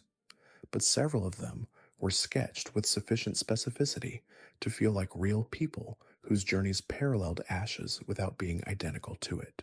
Their presence at the Indigo Plateau was evidence that Ash was not alone in having spent the past year building toward this moment, that hundreds of other trainers across Kanto had been doing the same work for the same goal. The tournament's early rounds established the range of battling styles present at the elite level of Kanto training. Some competitors relied on brute force and high-level evolved Pokémon. Some used type advantages with disciplined precision. Some employed unusual strategies that depended on specific knowledge of their Pokémon's capabilities. Ash encountered all of these approaches across his tournament run and found responses to each that drew on the specific qualities of his own team and the specific nature of the relationships he had developed with them. The progression through the bracket was managed with attention to the emotional stakes involved. Each victory registered not just as advancement, but as confirmation that the work of the past year had produced real capability. Each win was also a removal of an opponent from the competition, and the season occasionally noted the humanity of the people on the other side of those battles, trainers whose own journeys had led them to the same plateau and who would now be going home. Richie carried his team with a similar affection to Ash's own approach. His Pikachu, nicknamed Sparky to distinguish him from Ash's Pikachu, was his central partner in the same way. The parallels between the two trainers were obvious and deliberate, creating the conditions for a battle that was genuinely meaningful precisely because it was not between opposing philosophies, but between two expressions of the same philosophy. Someone was going to lose, and whoever did would be losing to someone who understood exactly what it cost to have come this far and be leaving now. Ash's loss was the correct ending for the first season. It was not a satisfying ending in the conventional sense, not the triumph that the narrative structure seemed to be pointing towards, but it was an honest ending, the kind that respects its audience enough to not pretend that a year's worth of growth is sufficient to reach the highest level of achievement in any field, including the fictional one of Pokémon training. The message was not that effort doesn't matter or that the dream was foolish. The message was that the dream was real enough to be genuinely difficult, that the road to it was longer than 1 year of walking, and that the year of walking had not been wasted simply because it had not yet reached its destination. This was a message worth delivering to children, delivered through the specific experience of watching a character they cared about absorb a defeat, and not be destroyed by it. The season's final episodes showed Ash sitting with the loss and then standing up from it, not having resolved it or transcended it, but having accepted it as part of the journey rather than as its end point. And the promise of everything that Kanto had taught him was already carrying forward into whatever came next, the same way the memories of a great first journey carry forward into every journey undertaken afterward, coloring them with what was learned before there was experience enough to understand what was being learned. This is what the first season of Pokemon gave to the children who watched it. Not a lesson they could have articulated at the time, but a feeling they would recognize decades later in the structure of their own perseverance, in the quality of attention they brought to relationships that mattered, in the understanding somewhere beneath conscious thought that the most important work is the work of showing up consistently and caring genuinely and accepting what that brings with honesty. Ash Ketchum showed up. He cared genuinely. And the first season of his story was the honest record of what that produced. There is a quieter history inside the history of the first season, one that runs alongside the official sequence of gyms and badges and tells a different kind of story. It is the story of the Pokemon world's relationship to its own past, to the creatures and events that preceded Ash's journey and shaped the Kanto he was traveling through without his quite knowing it. The Pokemon Tower in Lavender Town was a monument to that layered history, a place where the accumulated weight of loss and love and the persistence of attachment beyond physical death had made the air itself different. The Marowak who haunted its upper floors was not a generic ghost, but a specific one with a specific story and a specific reason for her inability to let go of what had been taken from her. Team Rocket's theft of her life was an act whose consequences had not ended with the act itself. The wrong had left a residue, a presence that would not dissolve until something was done to acknowledge it. The episode's resolution, in which the Marowak's spirit finally found rest, not through punishment of those responsible, but through the healing of the relationship her own Cubone carried forward in the world, was one of the season's most carefully constructed emotional sequences. The right kind of story about grief is not about the elimination of loss, but about the transformation of what the loss leaves behind, the way love persists beyond its object and finds new forms of expression in those who continue to carry it. Cubone's helmet, shaped from the skull of the mother lost, was the season's most direct image of this persistence, a creature who wore the weight of a specific grief as part of its physical appearance, as something integrated into its identity rather than overcome or resolved.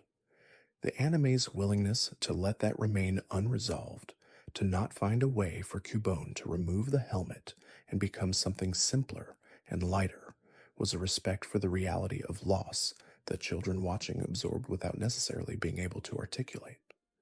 The ghost-type Pokemon who inhabited the upper levels of the tower alongside the Marowak were given their own distinct identities. The Haunter who chose to follow Ash and Pikachu out of Lavender Town was a creature of genuine personality, mischievous and curious and capable of a specific kind of affection that expressed itself through play rather than through conventional obedience. His inability to obey commands in battle was not a defect, but a reflection of the terms on which he had decided to engage with the human world at all.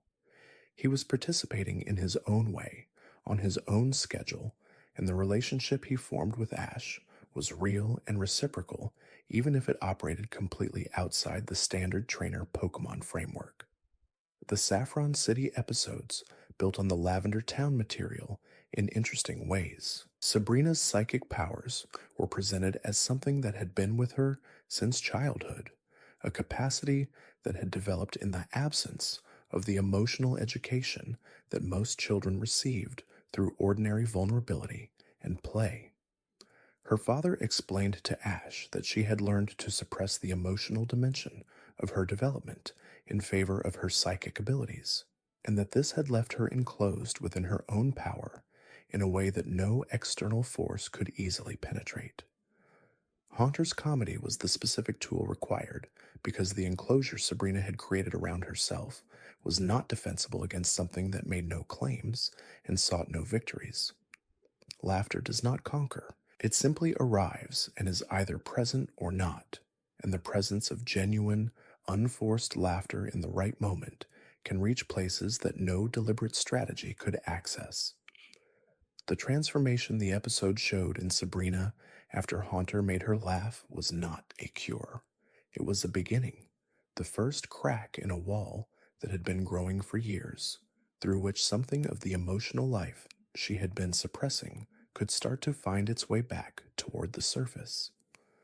The Marsh Badge came with that understanding attached to it, another lesson the season was adding to the accumulation, that some victories are not about defeating, but about opening. The Cinnabar Island episodes introduced a figure of particular charm in Blaine, the quiz-obsessed, fire-type gym leader whose Magmar was among the most formidable opponents Ash's team had yet faced. The volcano under Cinnabar Island was integrated into the gym's design in ways that gave the battle a physical context unlike any other in the season. The fire beneath the island was not metaphorical. It was the geological reality within which the gym and its trainer and its fire-type Pokémon had made their home, and battling there felt like engaging with something that had its own scale and its own indifference to human outcomes. Ash earned the Volcano Badge through a combination of tactical adjustment and the kind of inspired response to unexpected circumstances that characterized his best battles. The Magmar encounter pushed his team in ways that required genuine courage from Pokémon who were disadvantaged by the thermal conditions and the power of their opponent, and the willingness of those Pokémon to fight through those disadvantages was itself a measure of the trust they had placed in the trainer who had asked them to be there.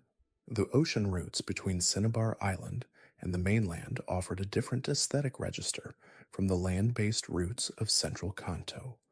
The sea was not domesticated territory. It was wild space, governed by weather and current and the enormous creatures who inhabited its depths, and traveling through it felt like moving through a world that was genuinely other, that followed its own rules without reference to the human geography it bordered. The water-type Pokémon who lived in those waters were among the season's most visually diverse creatures, shaped by evolutionary pressures entirely different from those that had produced the land-based Pokémon of Kanto's forests and mountains. Lapras, whose gentle intelligence and ancient lineage were suggested rather than stated, appeared as a character whose existence spoke to dimensions of the Pokémon world that went beyond the contemporary. Something about a creature ancient enough to carry history in its body, swimming through waters it had known for longer than anyone could remember, gave the ocean episodes a particular quality of depth.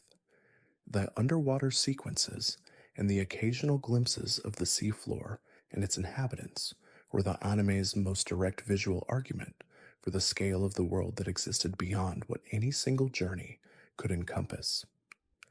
Ash was crossing the surface of something vast and complex and inhabited, and the sense of that vastness was always present at the edges of the ocean episodes, even when the specific story being told was smaller. The Seafoam Islands, between Cinnabar and Pallet, were one of those marginal places that the season occasionally visited to suggest the range of environments that existed alongside the main routes. The islands were known for strong currents and for the legendary Articuno, who was said to live in the frozen caverns beneath them, though the season did not stage a direct encounter with that particular legendary Pokémon in its first run. The legendary Pokémon were present in the first season the way certain presences are present in a story before their formal introduction, as rumors and glimpses and suggestions of something vast and significant that existed at the edge of the world currently being described. Ho-Oh's appearance in the first episode was the most direct of these hints. But across the season, there were others, references to powers and creatures whose full story lay outside the immediate frame of Ash's journey. The legendary birds of Kanto, Articuno, Zapdos, and Moltres were associated with specific locations across the region and were understood by the people of Kanto as figures of genuine power and significance, not quite approachable and not quite safe. Their existence in the edges of the season's world gave it a sense of depth beyond the inhabited and traveled areas, a reminder that the world Ash was crossing was only one layer of a much larger and stranger reality. Mew and Mewtwo existed in a register entirely separate from the legendary birds, where the birds were natural phenomena, forces of weather and elemental power connected to specific geographical locations. The relationship between Mew and Mewtwo was something else. A story about the ethics of creation, about the consequences of treating living consciousness as a raw material for human ambition. The theatrical film that would eventually tell that story in full had its roots in the first season's world, in the same understanding of Pokémon consciousness that gave the series its moral foundation. The glimpse of Mewtwo that appeared at the very end of the season in a brief epilogue that carried the weight of a promise was the first season's most direct gesture toward what was coming next.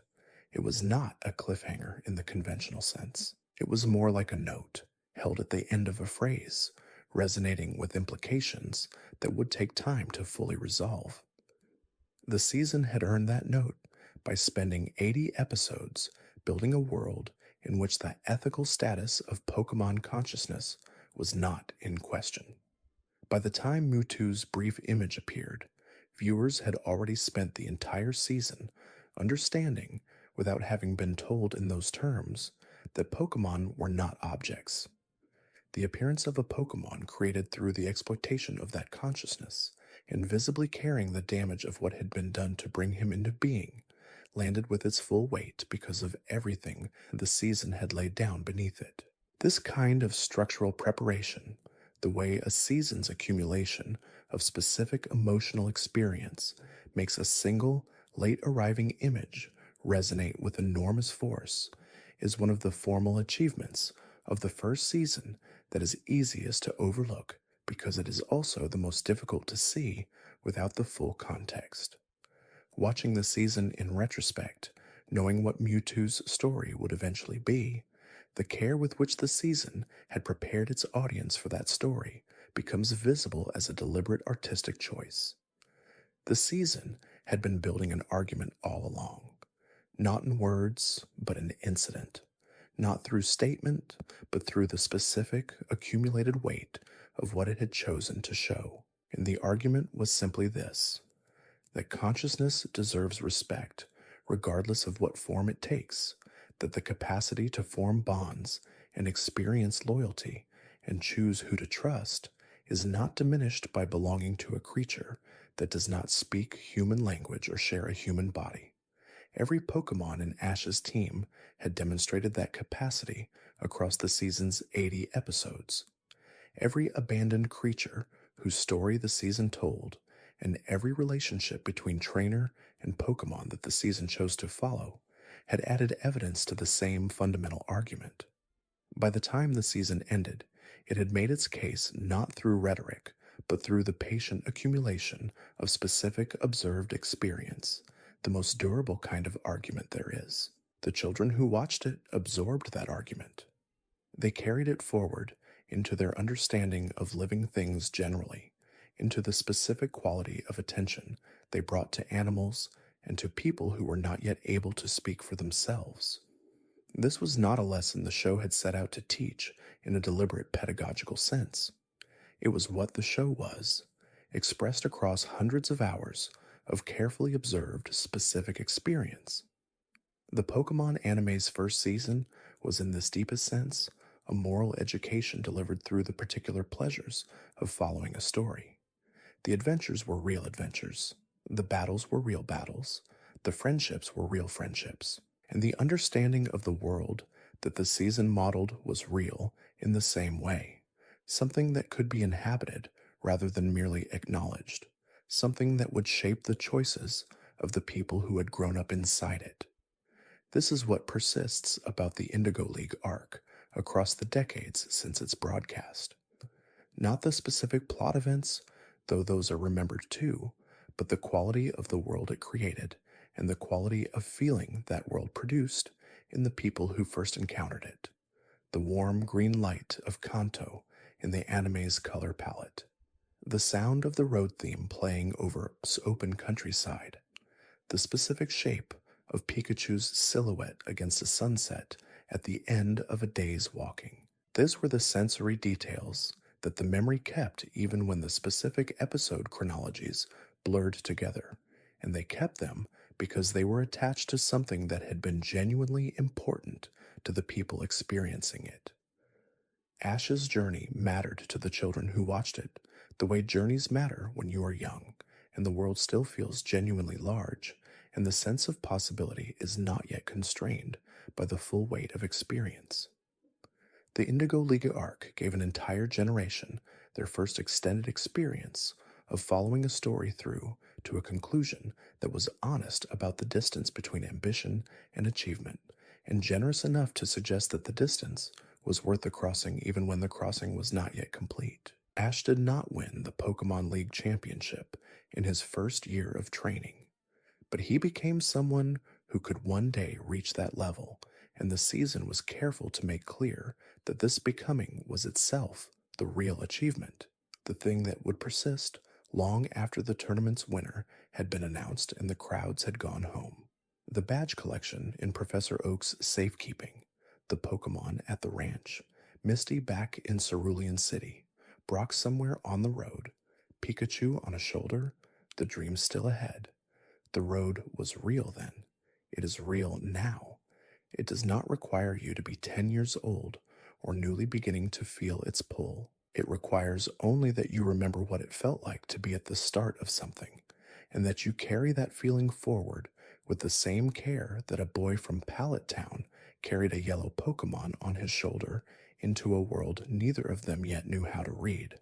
There is a quality that belongs specifically to the middle episodes of the first season, the ones that fell between the earliest adventures and the final push toward the Indigo Plateau.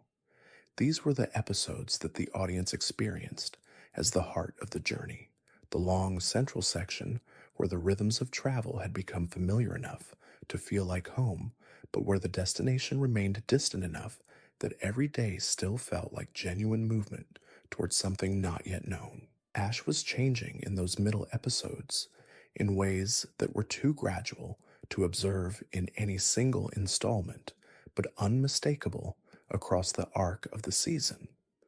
The boy who had left Pallet Town was impulsive in a way that sometimes cost him, quick to act before he had fully understood what the situation required. The trainer who approached the later gyms showed evidence of a slower first instinct, a slight pause before the leap that hadn't been there in the beginning. Not hesitation exactly, which was different, but the kind of deliberate attention that arrives when experience has taught you that the first read of a situation is not always the complete one. His Pokémon reflected this change. The team that faced the Indigo League fought with a coordination that was different in kind from the early battles, where individual effort had been the primary currency. By the later stages of the journey, the Pokémon in Ash's party had developed relationships with each other, as well as with their trainer, responding to each other's rhythms in battle in ways that no explicit instruction could have produced. This was the natural result of months of travel together, of shared meals and shared campsites, and the accumulated mutual knowledge that comes from simply being in each other's presence across many different kinds of days. Brock had been the one who noticed this first, in the way he noticed many things that the other two were too close to the center of to observe clearly. He had watched Ash's team develop across the season with the attentive eye of someone who understood Pokémon development at a level that went beyond battle utility. And what he had seen was not simply a collection of individuals growing stronger in isolation, but a genuine group becoming more than the sum of its parts. He mentioned it once, in passing, in the way he usually mentioned the things he considered most important, without ceremony and without any apparent expectation that it would be received as significant. It was significant. Ash had not known how to articulate what he was feeling about his team, and Brock's observation gave him the language for it.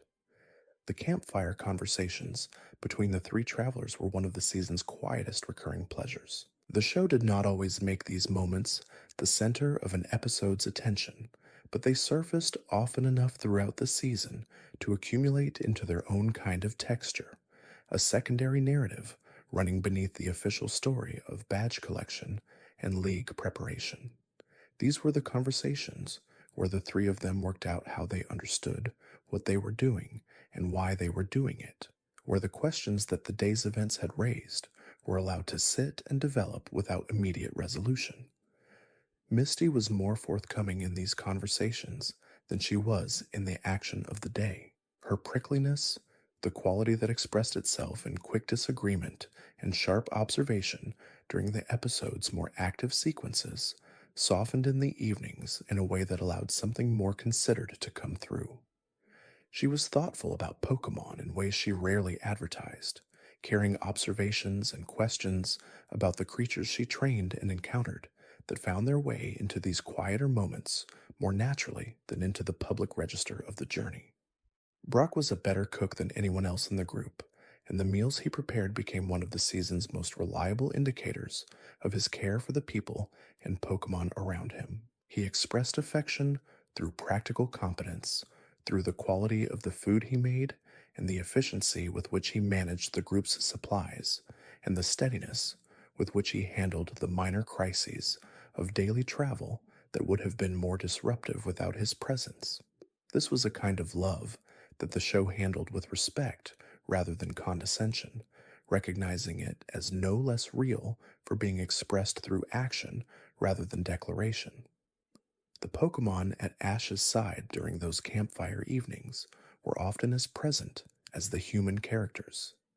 Pikachu almost always settled near Ash, within easy reach but not crowding him, attentive to the conversation in the way that suggested he was following more of it than his silence would imply.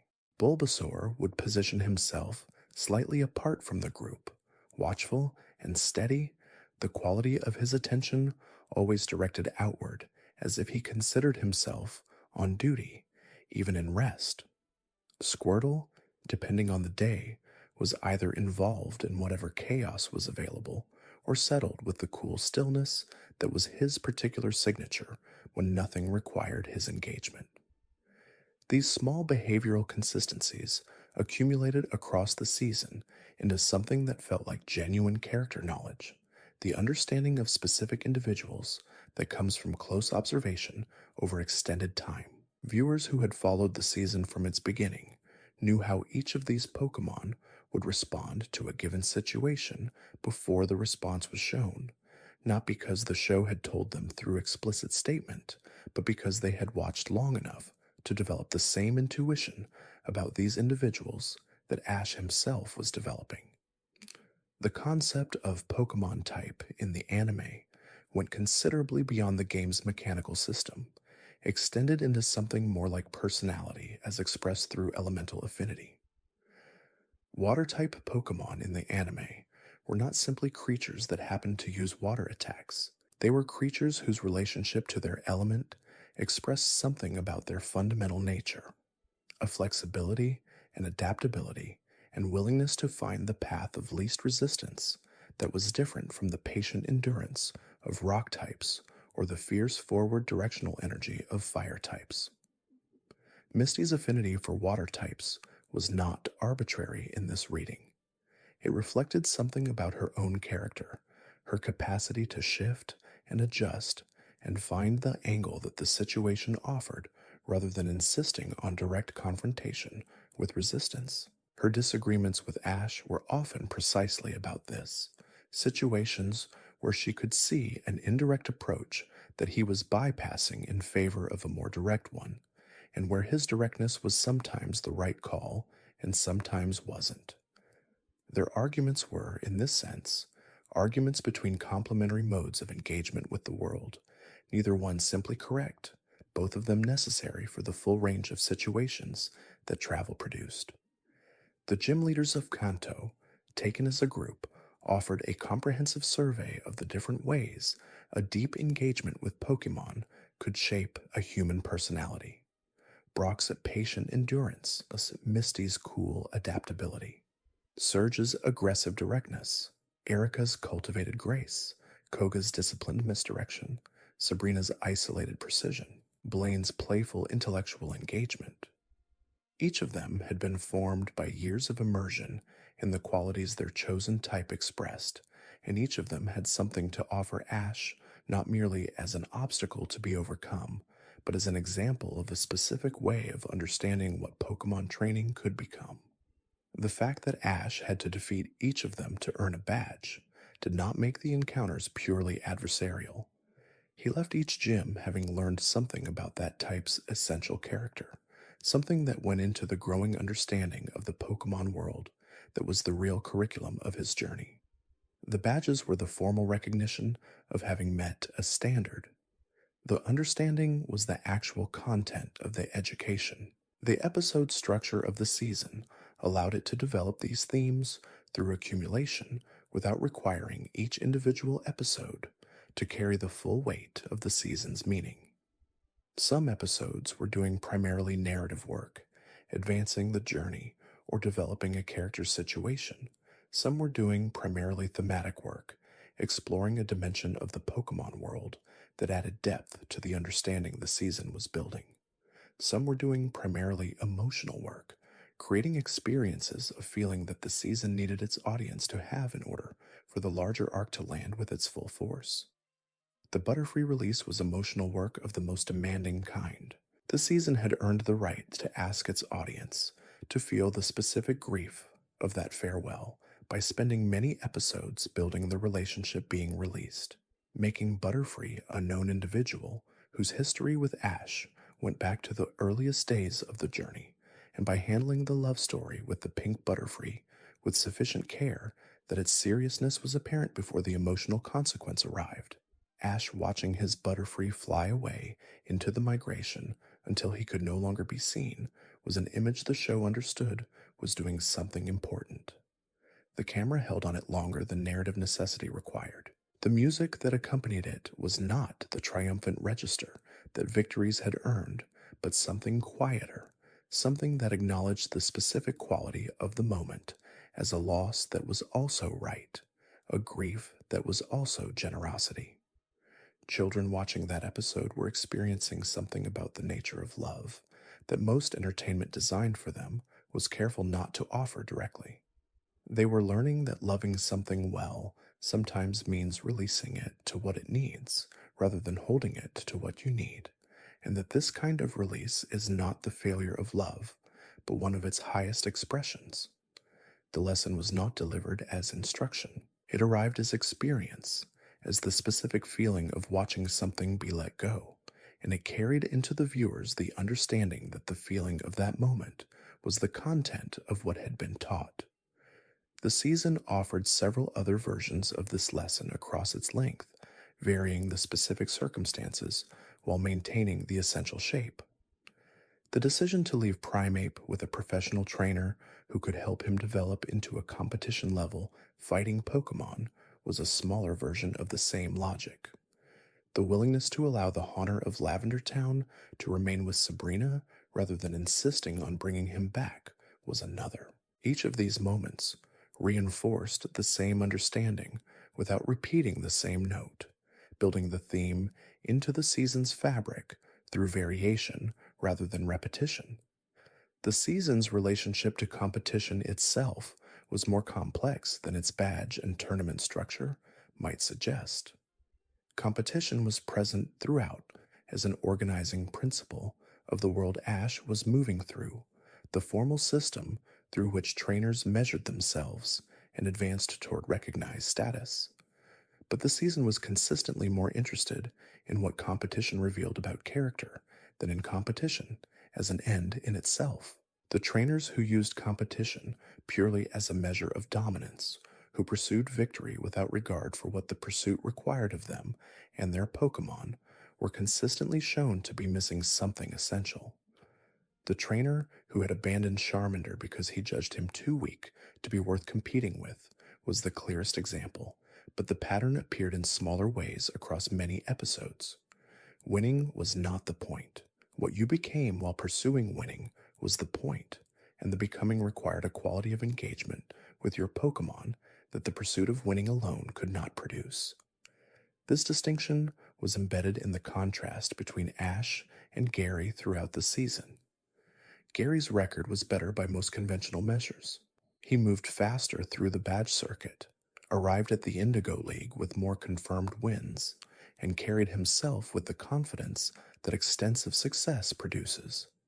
But the confidence some had a quality of self-enclosure that Ash's vulnerability did not, and the season was careful to let that quality be visible without editorializing about it. Gary's relationship to his Pokemon was less visible in the season than Ash's, precisely because Gary's approach depended less on relationships and more on preparation and strategy. His team was strong and well chosen, and tactically deployed with a sophistication that Ash's team could not yet fully match. But there was something this season was not quite showing about Gary's approach, something held back that the audience was being asked to notice by its absence, the same way you notice a room where the warmth has been managed carefully rather than produced naturally. The season did not resolve this contrast at the Indigo League. Gary's elimination from the tournament came before his encounter with Ash, removed by an opponent that the show did not fully develop, in a result that registered as a surprise primarily because Gary's confidence had suggested a different trajectory. The contrast between Gary's expressed confidence and his actual result was not treated as a moral lesson. It was simply what happened, the kind of outcome that competition produces when it is functioning honestly, without regard for narrative convenience. What the contrast set up was a longer story than the first season could complete, the eventual arc in which Gary's understanding of what Pokemon training required would deepen in ways his early approach had foreclosed. That story would take years to develop across subsequent seasons, but its beginning was laid down in the first season's careful observation of the difference between Gary's efficiency and Ash's investment. The episode in which James was shown to have kept his Weepin' Bell, the Victreebel that would later cause him considerable comic suffering, explored the emotional logic of Pokemon attachment in ways that crossed the usual villain-hero divide.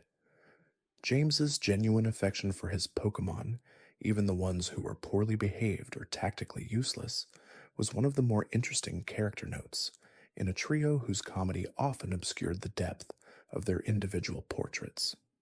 Jessie's relationship with her Ekans, and later her Arbok, carried a similar quality. Her pride in these Pokemon was not primarily about their battle performance, which was modest.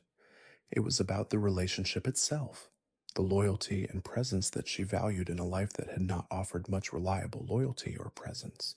The backstory the season eventually provided for Jessie clarified something about this attachment that made her villain role more sympathetic without excusing the actions it produced.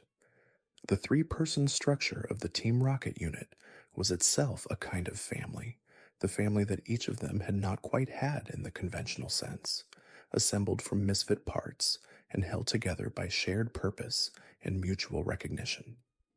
Meowth's position within it was the most unusual, the creature who was neither fully Pokemon nor capable of being human, but who had found in this particular trio the closest thing to belonging that his specific situation permitted. His philosophical observations about Pokemon and trainer relationships, offered from the position of someone who occupied an impossible middle ground, were occasionally the season's most pointed observations about what the trainer-Pokemon bond actually was and what it required. He could see both sides of the relationship from a vantage point no one else in the season occupied, and his comments from that position, even when wrapped in the comedy of the trio's scheming, occasionally cut through to something true. The world of Kanto had a relationship to Japanese geography and culture that the anime expressed through visual and narrative detail rather than through explicit statement. The town designs, the landscape aesthetics, the food that Brock prepared and that appeared in Pokemon Center dining areas, the seasonal markers that punctuated the journey, all of these were rooted in a specific cultural context that shaped the feel of the world without requiring international audiences to possess that context to engage with the story. This approach was part of what gave the anime its particular visual character, the quality of light and color and design that made Kanto feel like a real place with its own specific geography, even though the specific features of that geography had been reimagined for a world of Pokemon. The bamboo groves and mountain passes and coastal harbors that Ash traveled through were recognizably Japanese in their visual language, and that specificity gave them a weight that more generic fantasy settings could not have produced. The seasons of the year appeared throughout the first season in ways that gave the journey a temporal texture beyond the badge progression. Spring's early episodes gave way to the warmer episodes of summer travel, with the coastal and water route episodes carrying a quality of heat and brightness that the forest and mountain episodes did not. The later tournament episodes carried something of autumn's quality, a crispness in the air that accompanied the increased seriousness of what Ash was approaching. This seasonal movement was never made explicit in the narrative, never announced as a structural device, but it was present in the visual palette and the episode atmosphere in ways that contributed to the sense of a journey that was taking real time across real change. A year had passed since Pallet Town. The world had moved through its cycles, and so had Ash and Pikachu and everyone they had met and everything they had learned. The concept of growing up was present throughout the first season in a register that respected its young audience's intelligence about their own experience. The show did not address the topic directly or frame it as a theme to be examined. It simply showed what it looked like to leave home and discover that the world was larger and more complex and more challenging than the home-bounded imagination had allowed, and it showed what happened to a person who met that discovery with honest effort and genuine care. The mistakes Ash made were the mistakes of someone who was genuinely 10 years old and genuinely inexperienced, not exaggerated for comedy and not minimized for comfort. He made the same kinds of mistakes twice sometimes, and the second time landed with a slightly different quality, because the first time had already been shown. He was learning, but learning was not a smooth process, and the show understood this well enough to represent it accurately rather than telescoping it into a series of cleanly separated lessons, each perfectly absorbed before the next was encountered. The adults who surrounded Ash on his journey occupied a specific role in the season's emotional architecture. Professor Oak was a mentor figure whose relationship to Ash was warm but not parental, knowledgeable but not infallible, interested in Ash's development as a trainer, but also genuinely curious about what Ash's specific journey might reveal about Pokemon and trainers generally. His telephone conversations with Ash across the season gave the journey a continued connection to its point of origin without making that origin feel like a tether. The various Officer Jennies and Nurse Joys, by their very multiplication and sameness across different cities, created a particular kind of comfort in the world. Their presence meant that certain forms of help and certain forms of order were reliably available across the whole region, regardless of where the road had carried you. This reliability was itself a kind of argument about the world the show was building, a world where care was institutional as well as personal, distributed across a network of dedicated individuals rather than depending entirely on the presence of specific people. Professor Oak's grandson, Gary, had his own relationship with the professor that the season sketched in brief but suggestive strokes.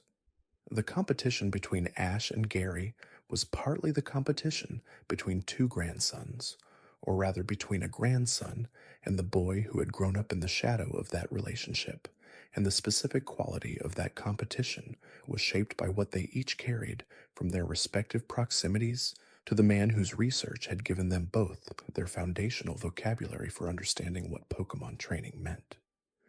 The laboratory on the hill at the edge of Pallet Town remained the season's imaginative center of gravity, even as the travel took Ash further and further from it.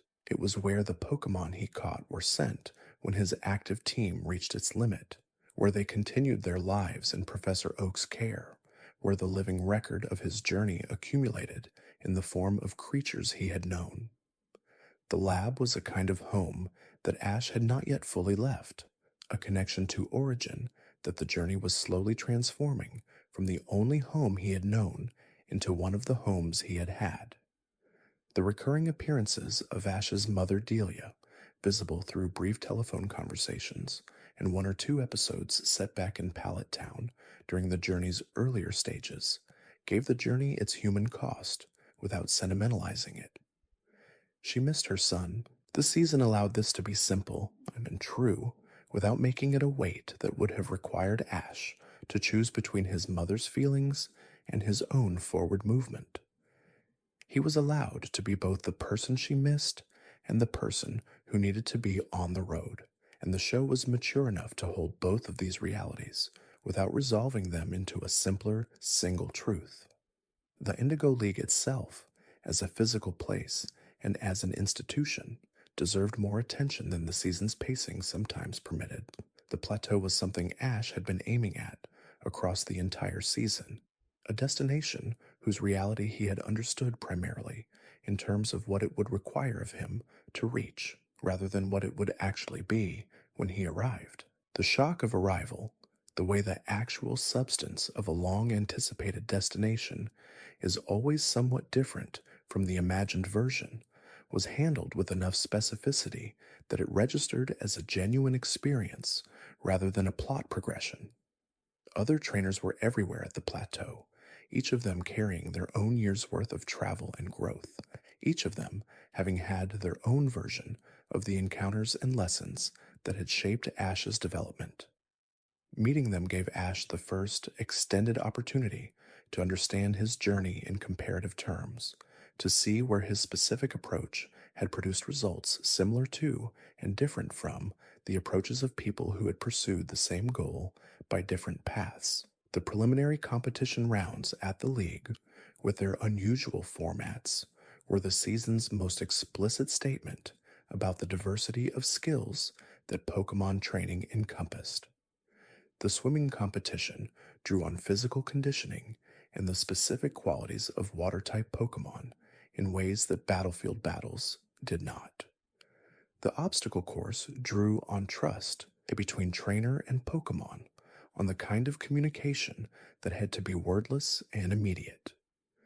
These different tests were making an argument that battle performance was only one dimension of what it meant to be genuinely prepared, and that the most complete trainers were those whose relationships with their Pokemon extended across many different kinds of demand. Ash competed in these preliminary rounds with the same quality he brought to everything, fully present and without calculation, drawing on the relationships he had built, rather than on strategies developed for the specific format.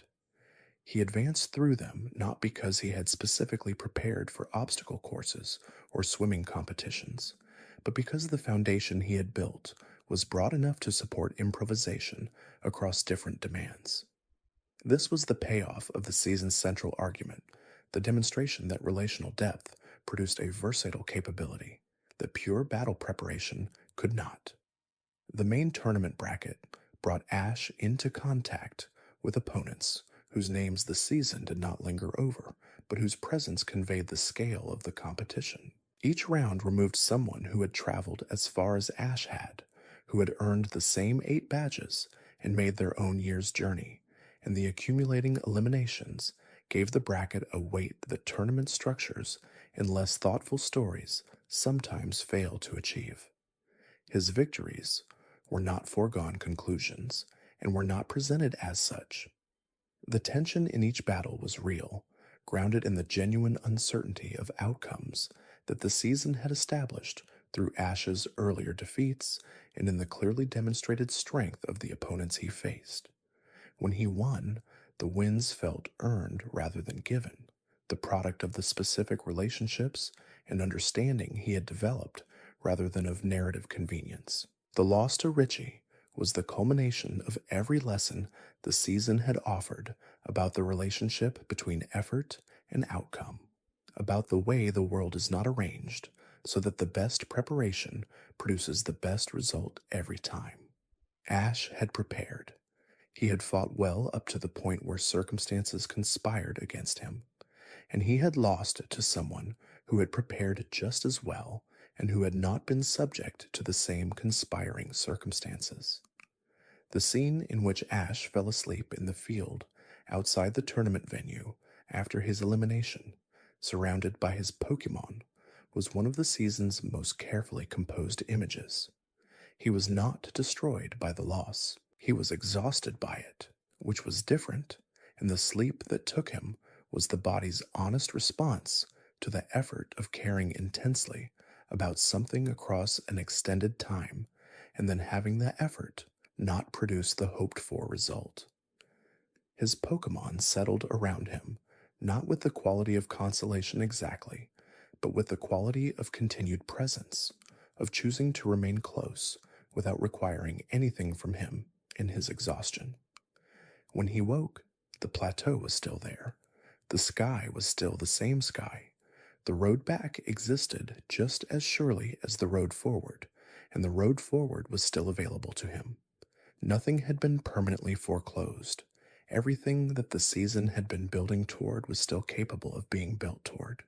The failure had located him accurately within the scale of what he was attempting, and that accurate location was in its own way a kind of gift. The Pokémon League ceremony that followed the tournament's conclusion honored the trainer who had won, whose identity the season did not fully develop, and in doing so acknowledged that the competition had produced a result that Ash had not been part of. He watched from a distance, this time from among the crowd of trainers who had competed and been eliminated. The perspective was different from the one he had imagined all year, and it was real in a way that the imagined version had not been, with the specific texture of disappointment and understanding and continued commitment that comes from being genuinely in a thing, rather than imagining what the thing will feel like. The road away from the Indigo Plateau was not the road back to Pallet Town, at least not immediately. The first season ended with Ash and Pikachu and their traveling companions facing outward toward what was next, the same direction they had been facing since the beginning, but with a different quality of knowledge behind the facing, a year's worth of evidence about what the pursuit of a great goal actually required and what it actually felt like to be genuinely inside that pursuit rather than simply at its beginning. This forward-facing ending was the season's final structural choice and its most honest one. A story about a journey could not end with arrival, because the journey that the season had been describing was not the kind that arrived at a single destination and stopped. It was the kind that found each destination a new beginning, each achievement a clarification of what remained to be achieved, each year of growth a revelation of the full extent of what growth still required. The children watching understood this, even if they could not have articulated it in these terms. They understood it the way children understand things that are presented to them honestly, through the experience of feeling what the ending felt like, rather than through the interpretation of what it meant. The ending felt like continuation. It felt like the story was not over, like there was more road ahead, like the character they had traveled with all season was not finished and would not be finished for a long time yet. That feeling was exactly right. It was what the ending was designed to produce. And it was what the first season of Pokémon left in the people who had followed it to that point. A sense of ongoing investment in a story whose next chapter was still being written, a willingness to keep watching because the journey itself had become something they were part of, rather than simply observing. The partnership between Ash and Pikachu that the season had built was the clearest expression of its central values. Everything the show believed about how relationships were built, what they required to sustain, what they produced in the people and Pokemon who were inside them, was visible in the specific texture of that particular bond across 80 episodes. The bond had been earned through specific actions in specific moments. It had been tested by difficulty and had held. It had grown from its beginning, where distrust had been the starting point, into something that the word friendship described but did not fully contain, something more like mutual recognition of a shared project and a shared stake in each other's well-being. Pikachu's choice, in that first episode, to fight for Ash before he had any reason, grounded in experience, to believe Ash deserved it, was the season's founding act. Everything that followed was either the earning of that act or the consequence of it, the building out of a relationship that had begun with something that could not be explained by calculation or strategy, something that operated from a different register entirely, the register of trust extended without guarantee, of care offered before it could be certain of return. The towns that Ash passed through on his journey through Kanto were not simply locations where battles and story events occurred. They were places with histories that existed before he arrived and would continue after he left, communities whose relationship to Pokemon had developed across generations and whose character had been shaped by that development in ways that the episodes set in them reflected without always fully explaining. Pewter City had the quality of a place built on patience and permanence, a city that had grown in the shadow of Mount Moon and that had developed the specific temperament of communities formed by proximity to geological time. The rock and fossil exhibits in the Pewter Museum, which the season visited briefly, spoke to a culture that understood the world in terms of deep time, that found meaning in the long, slow processes through which stone was formed and shaped and occasionally shattered. Brock carried this quality with him, the endurance and the willingness to absorb difficulty that were the character expressions of the element he had dedicated himself to understanding. Cerulean City's relationship with water was different from the ocean-adjacent cities further south. It was a freshwater city, positioned among the rivers and lakes of northern Kanto, and its character was lighter than the more serious water-route cities of the coasts. The synchronized swimming performances of Misty's sisters were the city's most famous cultural export, and the combination of athletic skill and performative grace that characterized those performances said something about how cerulean related to its element as something to be moved through beautifully rather than confronted or mastered. Vermilion City was Kanto's major port, and its character was shaped by the traffic of goods and people and Pokemon that moved through it from all directions. The SS Anne's regular docking there was part of the city's economic and social life, and the cosmopolitan quality that port cities tend to develop was present in the variety of trainers and merchants and travelers who populated Vermilion streets. Lieutenant Surge was the gym leader of a city that had been shaped by international contact and military history, and his philosophy of pure power made a different kind of sense against that backdrop than it would have in a more isolated community. Lavender Town's relationship to its element was the most spiritually inflected of any city in Kanto. The town had built itself around the ceremony of Pokemon death, and the acknowledgement of what that death meant, and the culture that had developed from this orientation was quieter and more inward than the cultures of the cities built around more active elements. The Pokemon Tower at its center was not merely a landmark. It was the town's reason for being, the institution around which the community's identity and purpose had organized themselves. The people who lived in Lavender Town were not morbid in the way that outsiders sometimes assumed. They had developed an honest relationship with loss that most other communities managed by not looking at it directly, and this honesty gave them a specific quality of presence that the anime conveyed through the atmosphere of the episodes set there. Things were taken seriously in Lavender Town that were treated more lightly elsewhere. The weight of what had been lost was acknowledged rather than dispersed into cheerful distraction. Celadon City was the most urban environment Ash had encountered by the time he arrived there, a large commercial city whose Rocket Game Corner and department store represented a more complex engagement with both commerce and the ambiguities of Pokemon training culture than the smaller towns had offered. Team Rocket's presence in Celadon was not incidental.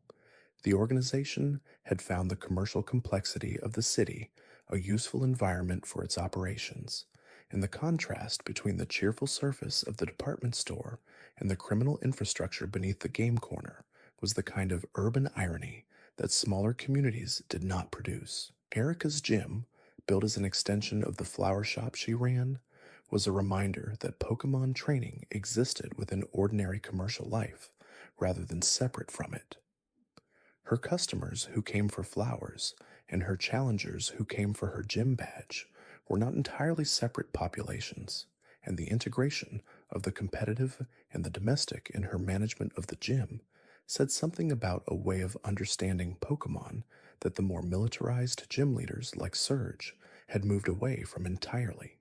Fuchsia City's identity was shaped by its role as the location of the Safari Zone, the protected area where wild Pokemon lived, in conditions designed to allow human observation without the pressure of capture and battle that characterized ordinary Pokemon encounter.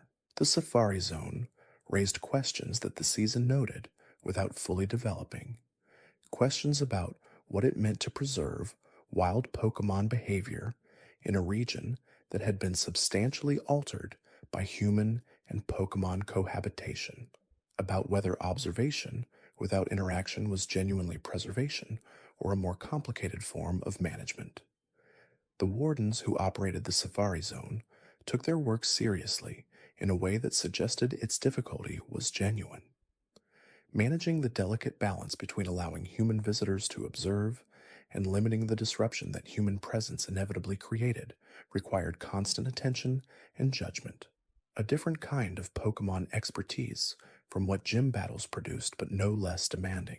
Saffron City was the largest and most economically significant city in Kanto, positioned at the crossroads of the region's main routes.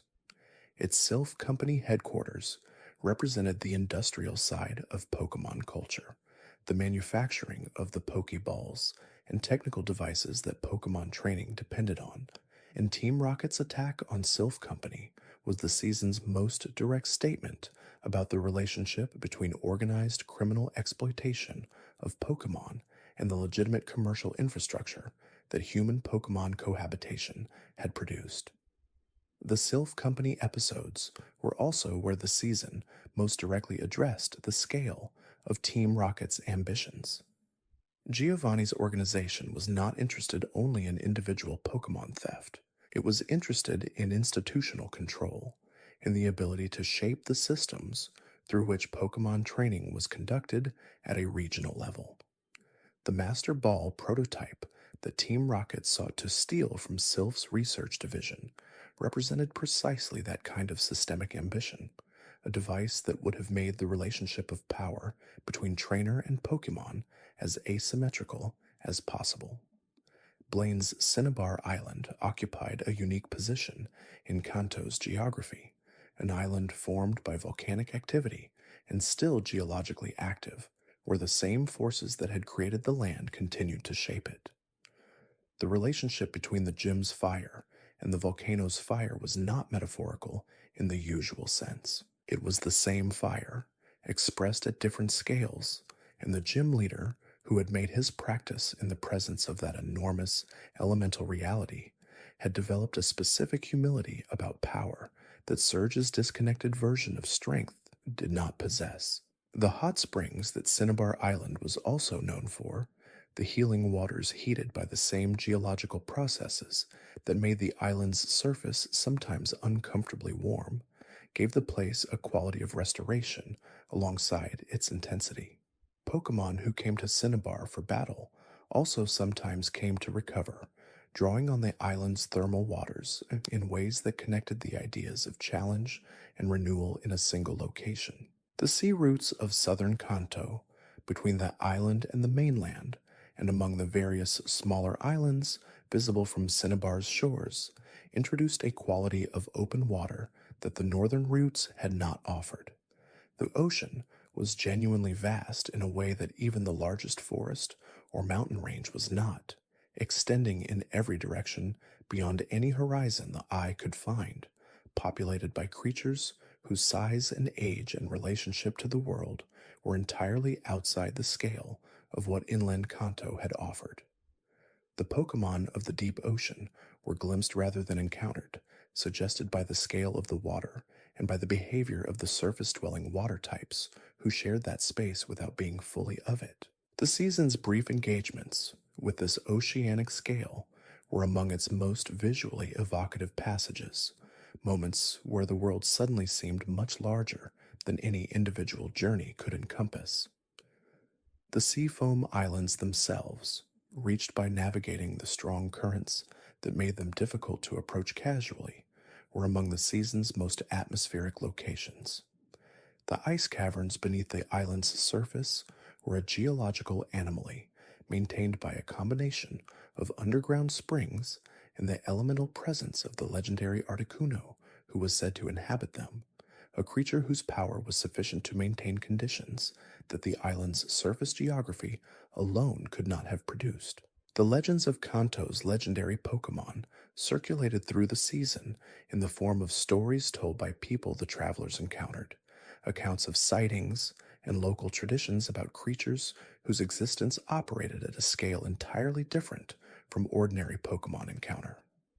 These stories were never simply rumor in the season's treatment of them.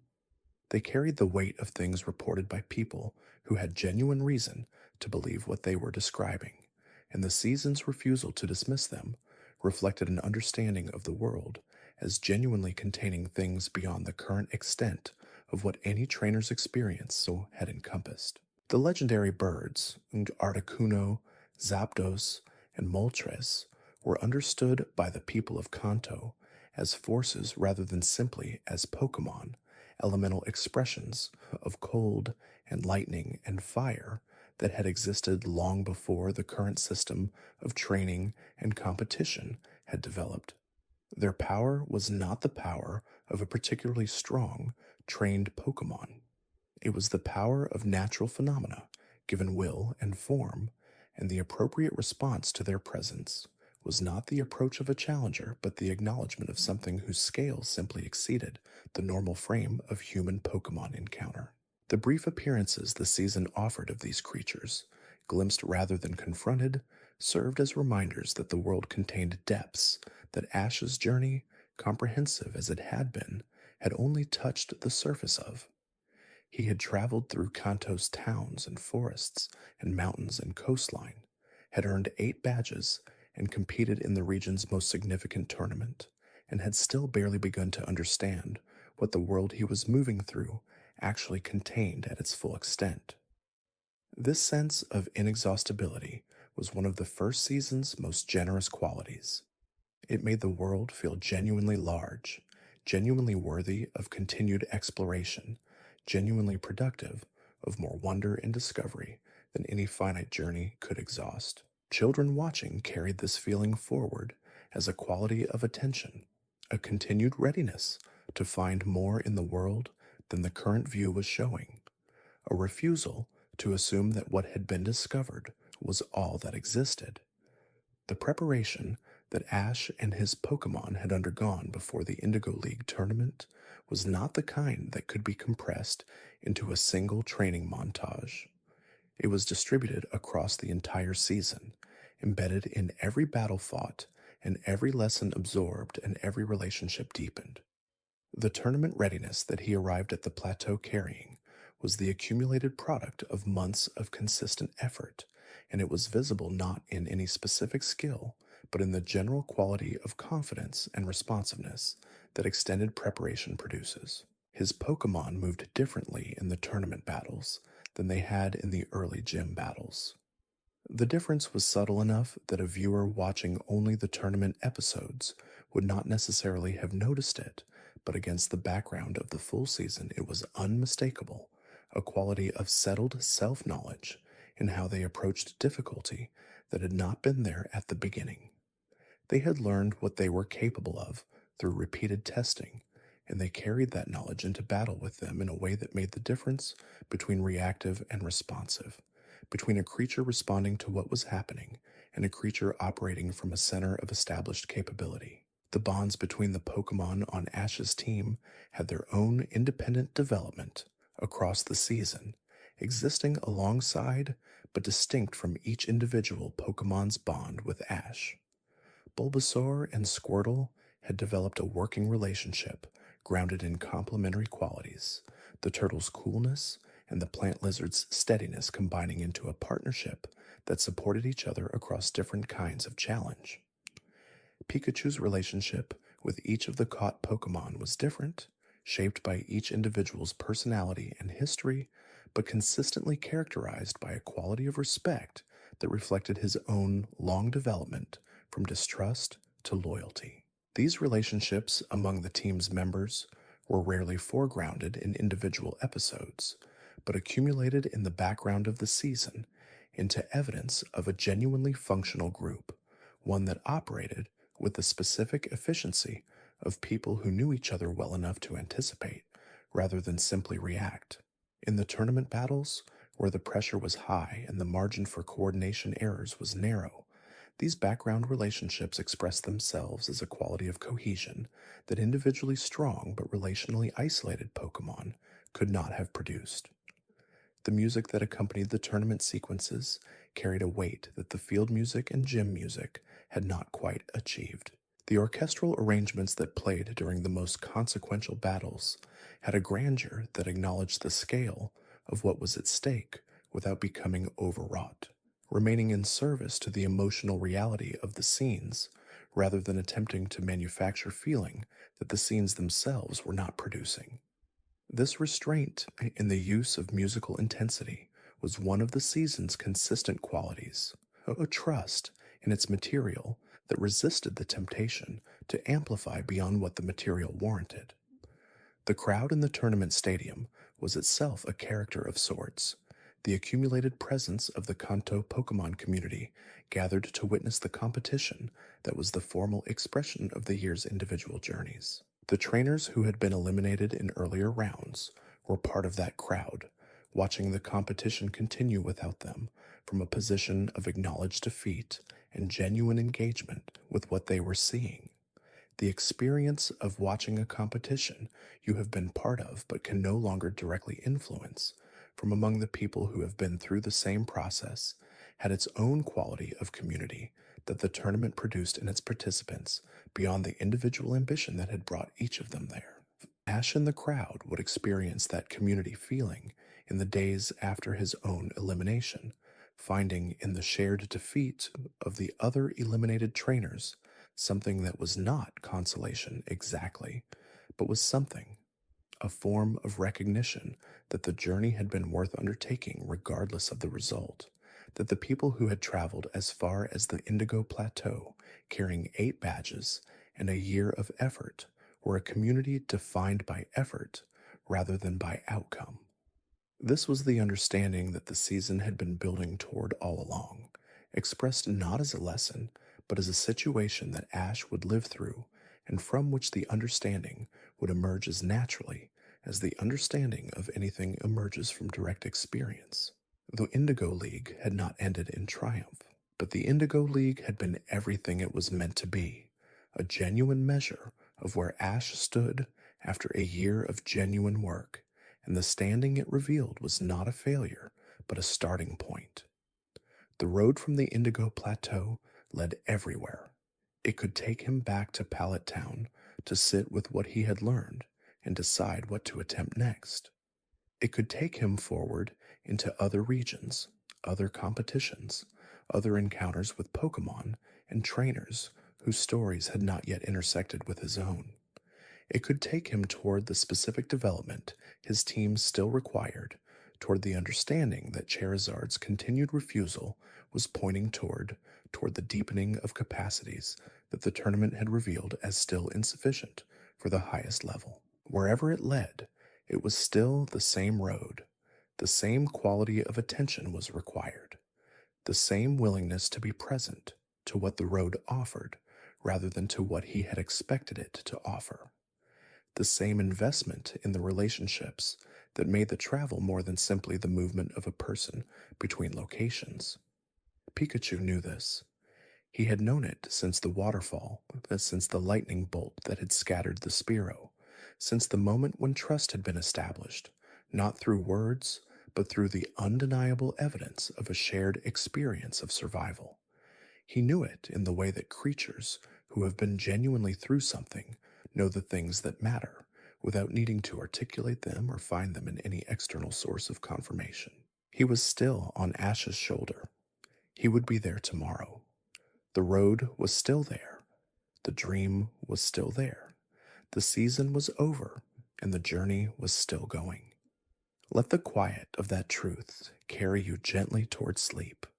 The road, the Pokémon, the boys still walking forward, everything exactly as it should be.